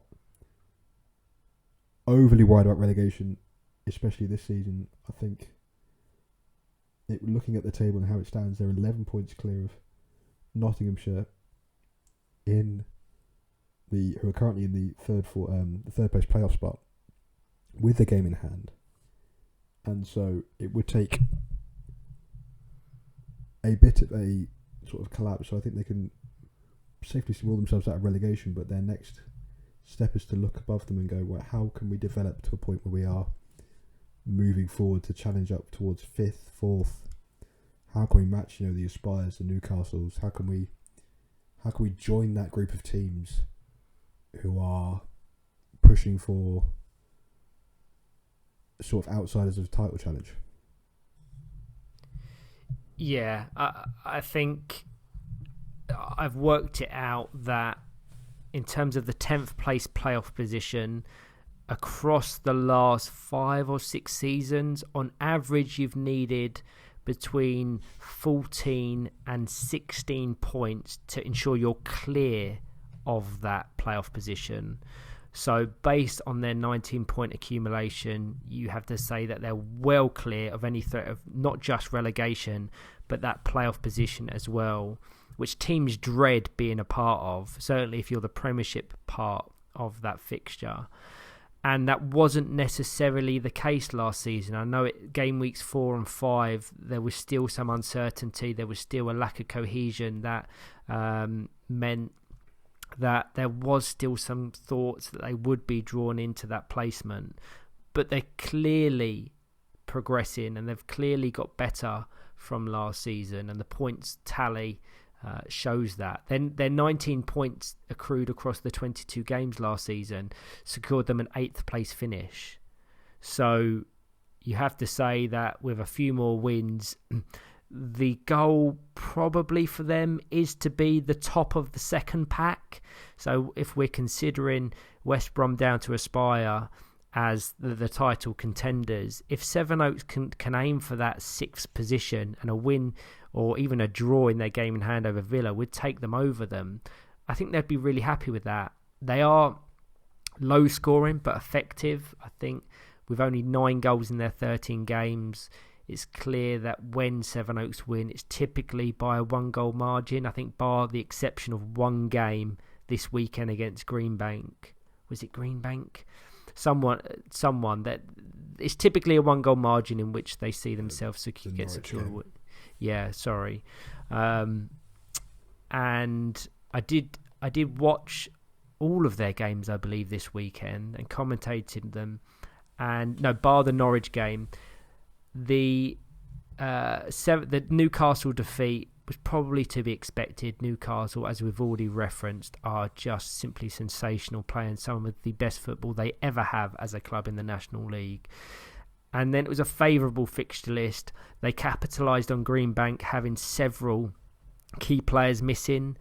And whilst it was a really entertaining game, Jacob Buckplatt missed a penalty in the 43rd minute to equalise. And had he done so, Sevenoaks would have gone from 3 points to 1 point, and then they would have probably taken some of that nervous energy and that frustration into their final game against Middlesbrough, for which they did win 1-0. So it could have been a very different story had James Mason not saved that penalty.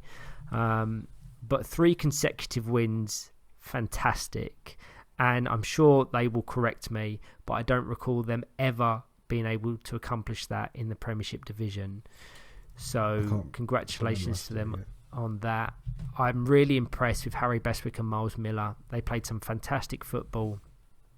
I often mention it on commentary how important it is for wingers to stay in reverse when advancing up the court, when looking to receive possession from their central players. And these are 2 players that execute it as well as anyone. The problem has been getting the distribution and the passing to them. Sevenoaks typically absorb a lot of attacking pressure and look to break on the counter. And that tended to be the case in game week 3. But if and when they were given opportunities out wide, they did threat the opposition. So it's looking to increase their goals, increase the distribution, and try, if and where possible, as you've rightly said, to give the teams above them a little bit more of a game. Because whilst they're always competitive against those below them, like Villa, they just struggle to get their football going against teams above them. I've just looked ahead on the WFA scoreline app, which you can download. I highly recommend you do so. To their fixtures in game week 4. I mean, the first game, 9:30 on the Saturday, is Villa. So that's a crucial game. They then have Aspire before finishing against Norwich on the Saturday. So they have a 5-game weekend. So you're thinking, well, that Villa game is going to be the sort of best of the rest Classico almost. And then Aspire you'd expect to have potentially too much quality, but in the game earlier in the season it was only a 2-goal scoreline if I remember correctly. They gave them a good go defensively. And on the Sunday they play Leeds and West Brom, so a difficult game week in game week 4. So I think back to previous seasons where I played with Sevenoaks, we often struggled to get out the traps in game weeks 1, 2 and 3, which left us in a position where we needed to put in those really good performances to pull ourselves away from danger in game weeks 4 and 5, whereas this season, they've already put in the performances to put them in a position where they can play the big teams knowing that they don't need to, as much as they'd like to get wins, they're not reliant on those to keep themselves away from danger. They've put in the hard work already. Yeah, no, absolutely right to point that out, and we will see how they fare. Next in the Premiership standings, let's try and wrap this up in under 2 hours. So many talking points, so it's hard to condense that down into one episode. We go on to Greenbank in 8th, 14 games played. They've accumulated 12 points across them games, and they've got a slight buffer on the teams below them, but they're going to have to pick up some pace and some momentum in game weeks 4 and 5 to ensure they're not drawn into those dangerous positions towards the bottom of the Premiership standings. Greg, give me your thoughts on Greenbank. Obviously a really difficult weekend for Greenbank, and you have to give the context of they were missing so many key players. No Marcus Harrison. Any side that misses Marcus Harrison is going to be weakened, because he is one of the best players in the world, and he's been so instrumental in their performances so far this season. Atop that, there was no Luke Kelly on the Sunday. Obviously, they've signed Torbjorn, and he obviously wasn't there this weekend. I'm assuming he'll be there for game week 4. It's just obviously a little bit too soon to get him there for this weekend from Denmark. So what I was pleased with, and what really sort of warmed with the Powerchair Football spirit is how I'm going to phrase it. It's how the remaining players who were playing the games stepped up metaphorically to fill the shoes and the bumpers of the players that weren't there as best they could. You know, Jacob Butch-Platt was voted rightly so as the unsung hero of the weekend, because he became sort of a mini Marcus almost. He ran the show for Greenbank this weekend. He'll be obviously disappointed with that penalty miss against Sevenoaks, because that would have been a very good point for them to get. But from a spirit point of view, for me, they won the weekend. Yeah, I mean, you've highlighted all the points that I've got down here. They dropped standings in the table, 1 point from a possible 12, but context so important. You mentioned Marcus Harrison, you mentioned Luke Kelly on the Sunday. They were also without Liam Ashton, who was a key player for them in the Championship last season. So that's 3 exceptional players, without even taking into consideration their new signing, the Danish superstar Torbjorn Krop, who is officially registered, and I'm assured that he will be present in game weeks 4 and 5. So that's a whole squad ready to be injected into this Greenbank side that will give them a huge lift. And you take any players such as Marcus, Luke and Liam out of any side, it's almost the comparison of taking Tyler, Ed and Mitch out of T side. It's the equivalent of taking John, Dan and Rosie out of Aspire, and the list goes on and on. So there's simply no way to compensate for that level of missing quality, certainly when you're in a 4-a-side format of the game. Absolutely right to do so. Jacob Butch-Platt, incredible. You said how you predicted Bobby Allen would be your young player of the season. Jacob Butch-Platt was mine, and still, despite a really challenging weekend, I have him in and around that mix for young player of the season. He tried to fill the void. He was everywhere on the court. Whilst they had very limited success in attack, he was key to that. And defensively as well, he established a fantastic partnership with Cody Taylor, who was absolutely incredible. Tremendous shift defensively, and she deserves so much credit for that. They should have beaten Middlesbrough. They were unfortunate against Middlesbrough. And then the other 2 games are title challenges in Leeds Chariots. So not just the context of the missing players, but the context of their opposition as well. And how if you look beyond the results, there is a story to be told. If they have a full squad, they will be competitive against anyone. And you have to say that they beyond Aspire, the only teams to get points of West Bromwich Albion, a 0-0 draw back in game week 1. And that was a weekend in which their squad was just coming together for the first time. So you had Marcus, Luke, Liam, Torbjorn back into this squad. This could be the springboard for them next season to really challenge towards the top. Exactly. They've got a squad that can compete, and we said this coming into the season. There were many people's teams to watch.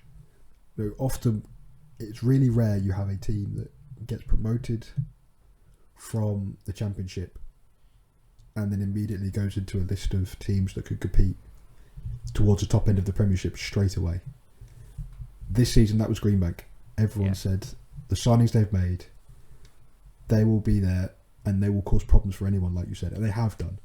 They've just been really unfortunate with the timing of sort of injuries, illnesses, chair problems with this weekend that meant that they did drop points, but they will have everyone back, or at least 3 or 4 back come game week 4, and game week 5. They'll have, while they're only 4 points clear of relegation now, they'll have far too much quality for the teams below them who they play in the remaining game weeks, so they should have no issues or no thought of relegation, and they will be looking to put themselves in the best position possible to use it as a springboard for next season, possibly aiming to catch Sevenoaks and Villa in that best of the rest mini tournament we've got going on towards the middle of the table. assuming that Marcus Harrison can get back to full fitness and Torbjorn integrates seamlessly into the squad, I would have them topping the best of the rest, based solely on the fixtures they have to contest. Beyond one game against Newcastle in game weeks 4 and one fixture against Leeds in game weeks 5, it's a very favourable end to the season. So we could see them end their first ever Premiership campaign in real style. And I think it's good for the league. I think it's good to have teams that can come up and make signings and compete straight away. You know, you don't want teams that come up whilst their first aim is going to be to survive. You'd like it so that teams do feel confident enough to take on those bigger teams and say that we're here for a reason. We can take points off you, and that is definitely the case in Greenbank. And they've been a shining example for teams that come up in future seasons. Absolutely. Next in the Premiership stand-ins, we're making good progress. Just 4 more teams to recap now. We have West Bromwich Albion Throstles, 14 games played, just 9 points to their name. It's been a challenging season so far, but as is the case with so many, let's apply some context. I can say from watching them several times in game weeks 3, the results do not tell the full story. Looking purely at the points accumulated and the results from game week 3, it may seem like an incredibly tough weekend for Throstles, but in reality I don't really see it that way. It's clearly a rebuilding phase. The squad is going through major transition with both a new coach in Colin Gordon, but also 5 of their 7 players are recent additions. You've got Abigail Bolt, Amy Lee Julian, Matty Harrison and Regan Kemp all joined in the summer, and in the January transfer window they made the acquisition of Parth Gatwood. So that's a huge shift, and building chemistry and the collective understanding takes a lot of time.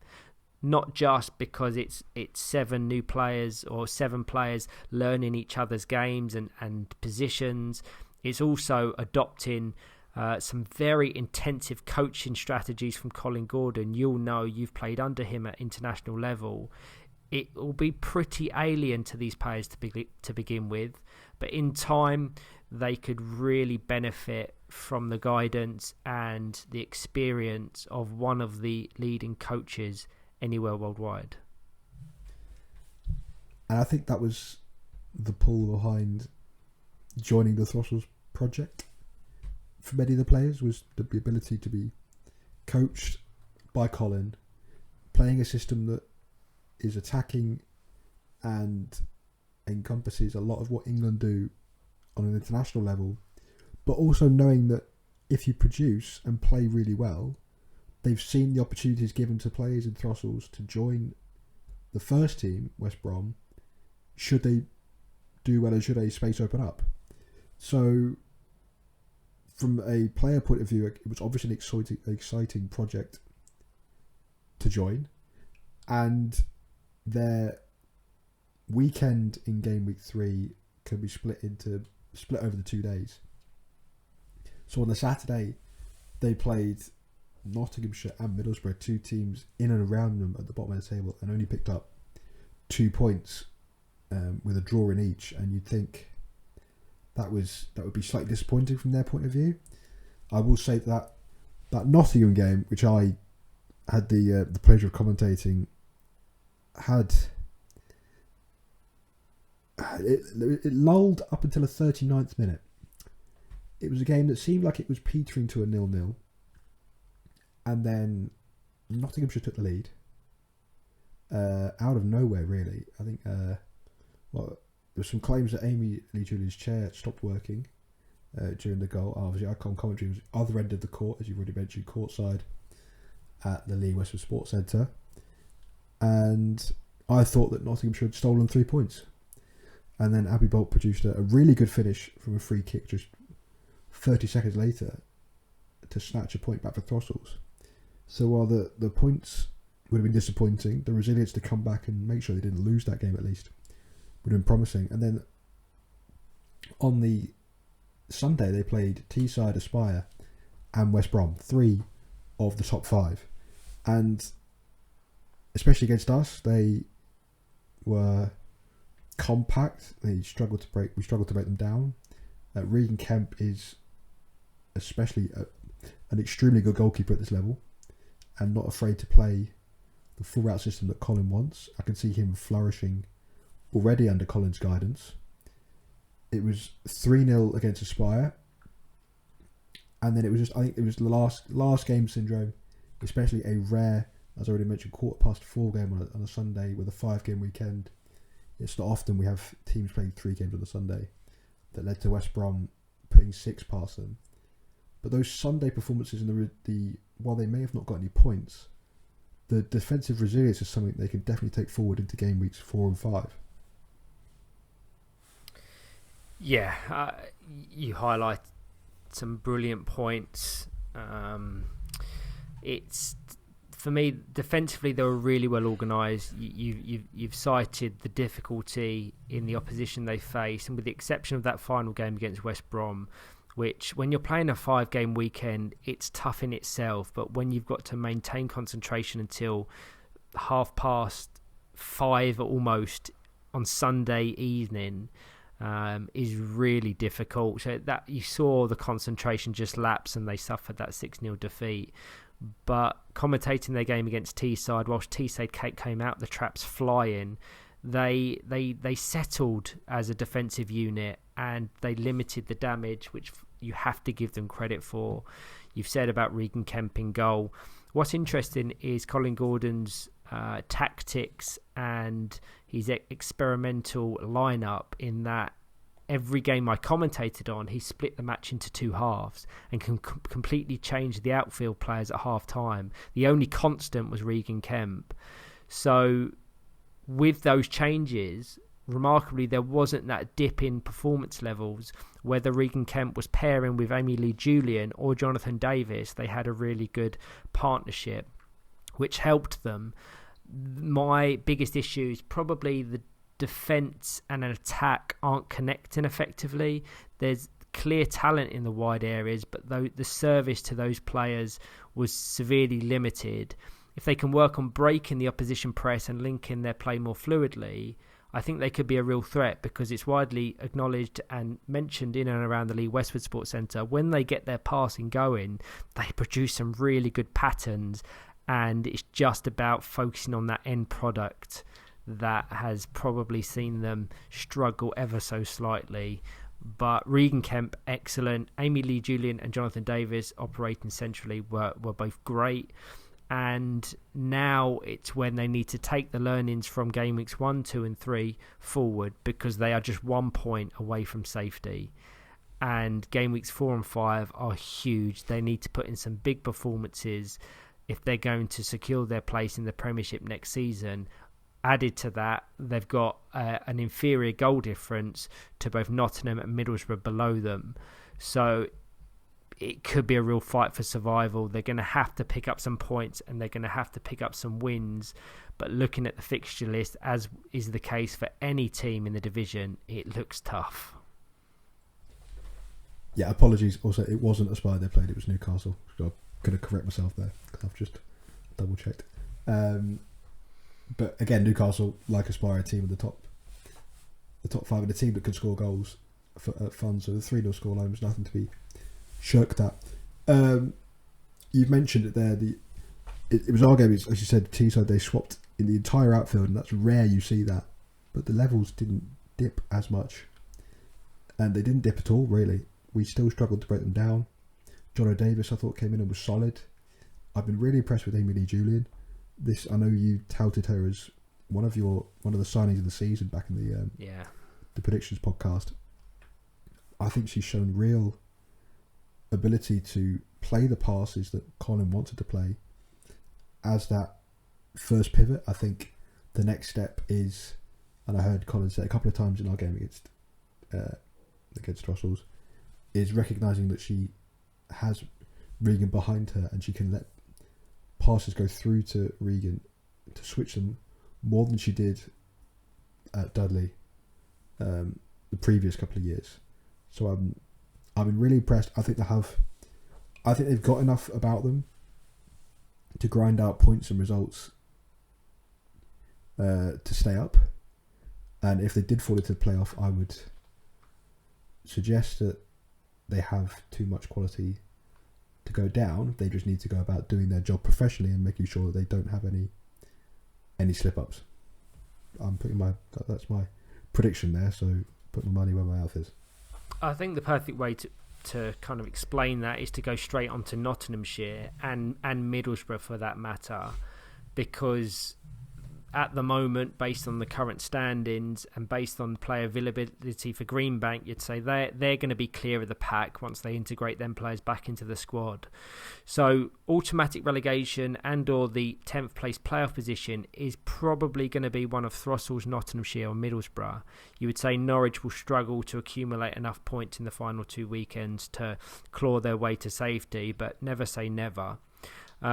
With Nottinghamshire, they are on 8 points from their 13 games.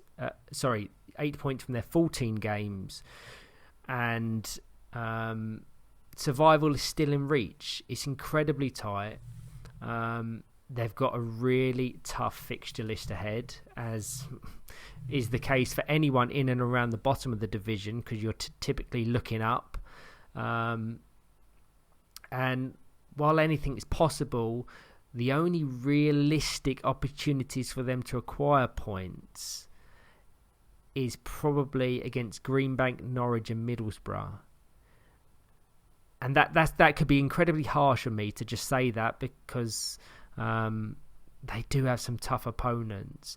If they are to win those 3 games, they will end the season on 17 points, which is likely to be enough to avoid automatic relegation, but probably not enough to escape the playoffs. What do you think about that? It depends what Greenbank side turns up in game week 4. That's why it's so hard to talk about Greenbank, because the Greenbank we've seen in game week 3 is not the Greenbank that everyone knows has the potential to be a leading team in the country. And that's obviously with no disrespect to the Greenbank team that played in game week 3, because we've mentioned they played with such heart and desire.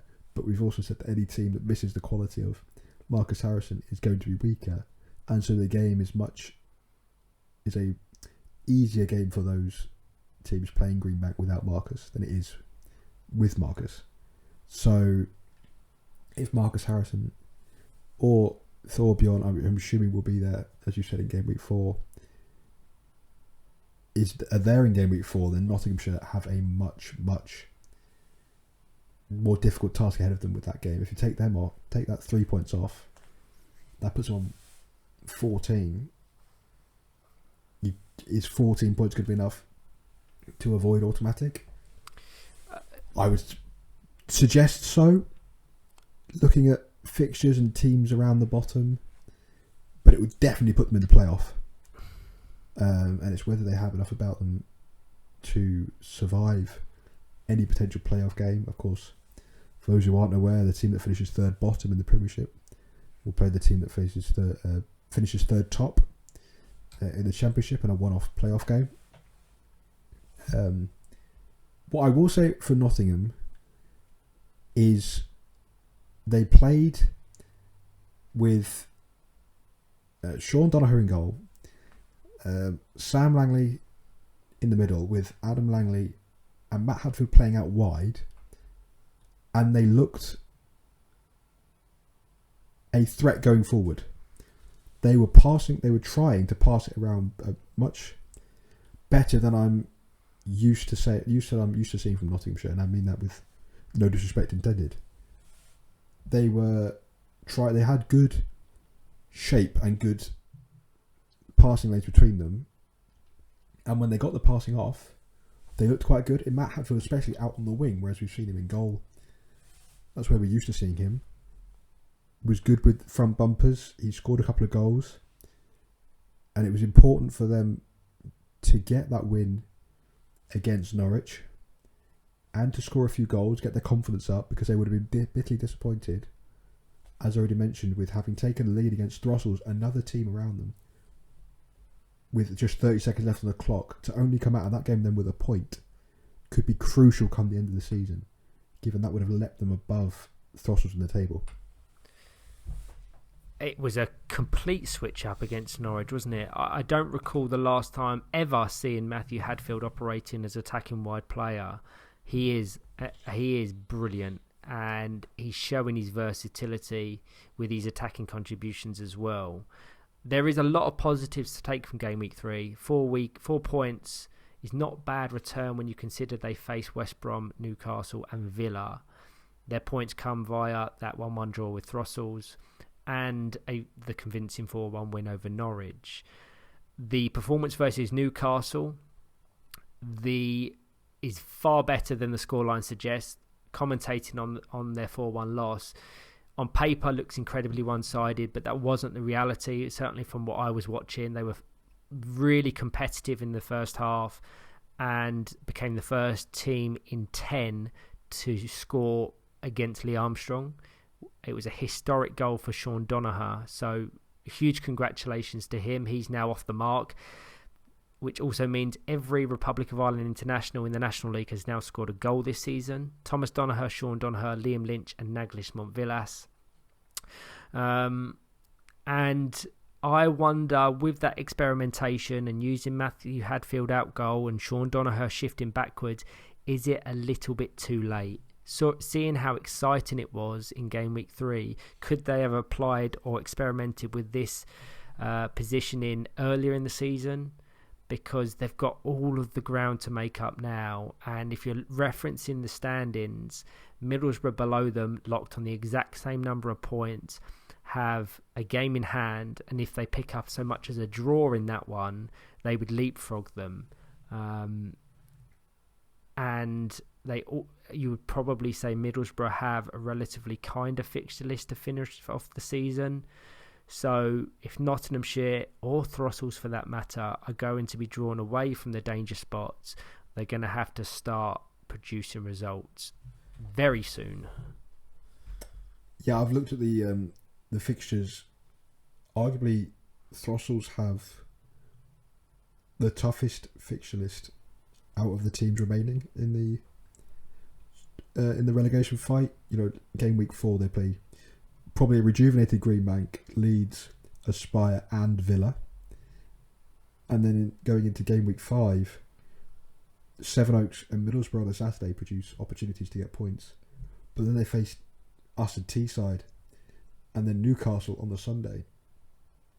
So that's a very difficult fixture list. Whereas Middlesbrough's their Game Week 4 is difficult, facing the likes of Teesside, Newcastle, Aspire and West Brom in one weekend. Their final weekend with Throssell's, Norwich and Sevenoaks does produce opportunities for them to get a lot more points on the board. That game against Throssell's and Norwich on the final weekend could be crucial in the race for survival. We're obviously talking about how compelling the title race is. The race and the challenges at the bottom of these teams trying to beat the drop is just as compelling for me. And again, it's a real shame that Norwich have struggled to adapt to life in the Premiership. It's unprecedented they're even here. We'll go on to talk about that when we're referencing them. But for 4 points to separate 11th and 8th means that none of them are safe. All of them can be drawn into the bottom two positions, or the bottom 11th position and 10th, that being. So the games in which they contest against one another will be just as intriguing as any of the teams towards the top challenging for the title. Competitive Powerchair Football at both ends of the table is what you want. It's what we love. Absolutely. So we are well over 2 hours now, so we will look to conclude things fairly swiftly. The penultimate team in the division is that of Middlesbrough. Certainly from what I watched for them, I think it was a brilliant weekend for them. They started with a 0-0 draw against Throssell's before a disappointing defeat to Villa Rockets, and then ending with a 0-0 draw against Greenbank. A Greenbank side that had Luke Kelly, it is worth noting. So that wasn't the weakest point of Greenbank's weekend, and they still were able to capitalise and secure a point. The 3-1 win over Norwich came as after they went 1 goal down, so it could have been very different, but they reacted brilliantly. And then the final one against Sevenoaks, I was commentating on it. It was a very, and I mean very, unfortunate own goal. James Mason is desperately trying to be awarded the goal, but anyone that watches it back will know that as deflections go, they don't get more unfortunate than that off the front of Kath Goldsborough's chair. Without that, it was dead even. There was no real chances to be had for either team. So it overall was a great accumulation of points. And whereas before the weekend you would probably say they would be favourites to be relegated alongside Norwich, they've now, with their accumulation of points, put themselves in a conversation where they could earn themselves Premiership safety. They have it all to do, but the results and the performances they've produced means they're now in that conversation. And that's what you want as a team that's just come up. You want to be in a position where you have the chance to survive coming into game weeks 4 and 5, whereas, and I'm sure we'll talk about it in a minute, unlike Norwich, where they are sort of marooned at the bottom of the table, Middlesbrough have a real chance of getting themselves out of danger, or at least into that playoff position. And it's all to play for with those teams that are, like you say, 4 points separating 11th and 8th. An 8th place finish for Middlesbrough would be fantastic. You're not forgetting that how crucial the very first game of the season could be for Middlesbrough. That win against Villa Rockets that no one saw coming could be the difference between them going down automatically and then finishing in the playoff or even surviving. And that's the very first game of the season, all the way back then. It's the perseverance for teams at the bottom is something I admire. I've been through it with Sevenoaks. They're a happy bunch. They're always enjoying their football. They played the game against Norwich was one where both had players suspended. Thomas Donohoe was suspended for Norwich. Yeah. Kath Goldsborough was suspended for Middlesbrough. They came through that and got the better of the side. 3 goals. It's really exciting to see for teams coming up that they can compete and put themselves in a position to control their destiny for survival.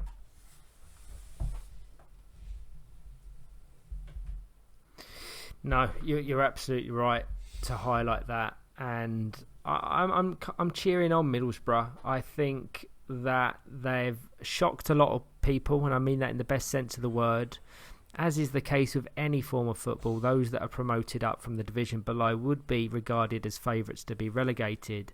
So the ultimate ambition always is, and always will be, to just secure enough points to have safety, to ensure you're playing your football in the Premiership for the following season. And then you look to build on that, as we've seen with so many teams above them that have just maintained Premiership survival and then built on that foundation and used it as the springboard. We use the term springboard for so many teams, but that hopefully just shows that we see potential in so many teams, irrelevant of where they're competing in the division, and how if they get the formula right, they can go on a real successful run, Middlesbrough being one of those teams. One of the teams that has struggled, however, in 12th is Norwich City. And I said it earlier how it's unprecedented that they're even here. They were successful in beating Nomad Knights in the playoffs. So Norwich technically finished 3rd in the Championship last season and was successful in beating Nomad Knights, who finished 10th in the Premiership. The first time that a Championship side has been successful in that clash in well over 10 years. So I don't think their players and or coaches had the expectation of even being here. So first and foremost, I hope they're enjoying the experience of testing their ability against the leading players anywhere worldwide. And if they are to be relegated, use that experience to ensure that they come back stronger in following seasons. It was a busy 5-game weekend. all 5 fixtures ended in fairly comprehensive defeats. Looking at some of the positives, you have to say Henry Barnard is a fantastic young player, persistent, technical, tactical, and if he carries on this level of development, he is going to be a very bright player for many years to come. And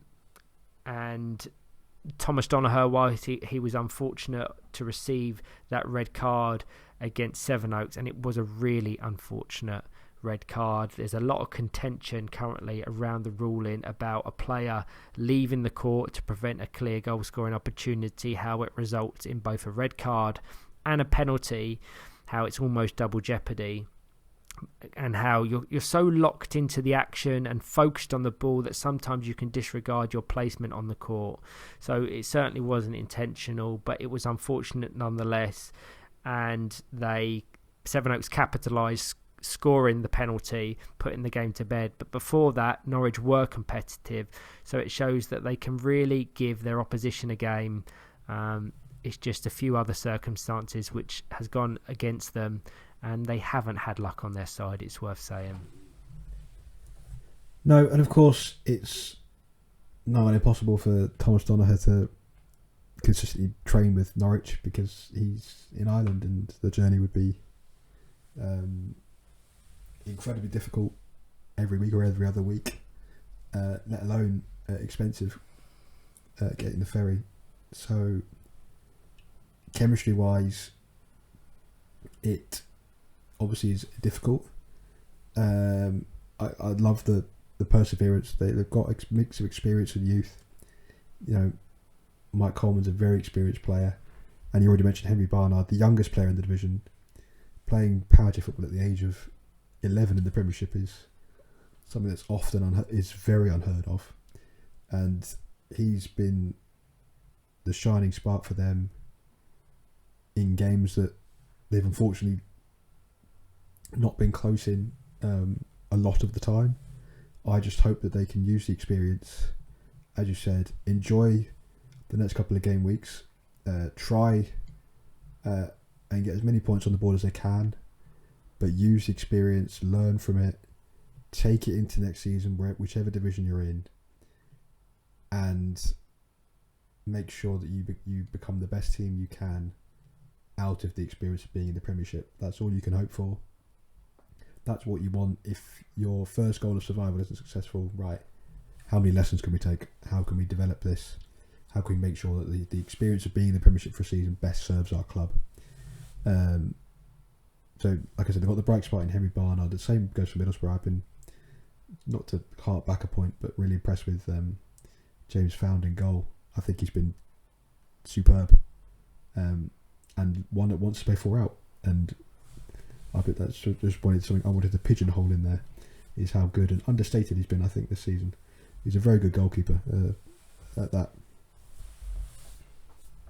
No, I agree completely. I think he's established a really good partnership with Umar Hanif, and Middlesbrough as a whole have a really young, exciting squad. If they can keep hold of that squad, irrelevant if they get relegated or not, they will have a lot of development years ahead of them, and they will grow as a collective. So whether they're playing their football in the Premiership or the Championship next season, you can see that there's a route to progression, there's a route to getting better, and that's almost more important than positions and placements and what divisions you're competing in, is the development of individual players and ensuring that they're maximising their potential, which I think is absolutely the case with some of those Middlesbrough players and Norwich players for that matter. So I think that serves as a perfect recap for Gameweek 3 of the 24-25 Premiership. We apologise that you've had to listen to myself and Greg for well over 2 hours at this point, but it just shows there's so many talking points, there's so much to delve into, and we are just so excited to see how this season concludes. We've got 2 game weeks left in April and May, and as you can probably tell from what we've been discussing, there's so many big question marks over everything. Who will be crowned the champions? Who will beat the drop? We hope you can tune into it. Thank you to all that have listened to myself and Greg We will be back very shortly with more episodes of the 2-on-1 Powerchair Football podcast, of course, powered by MK Battery. Thank you all. Thank you, Greg. Thank you, Ryan.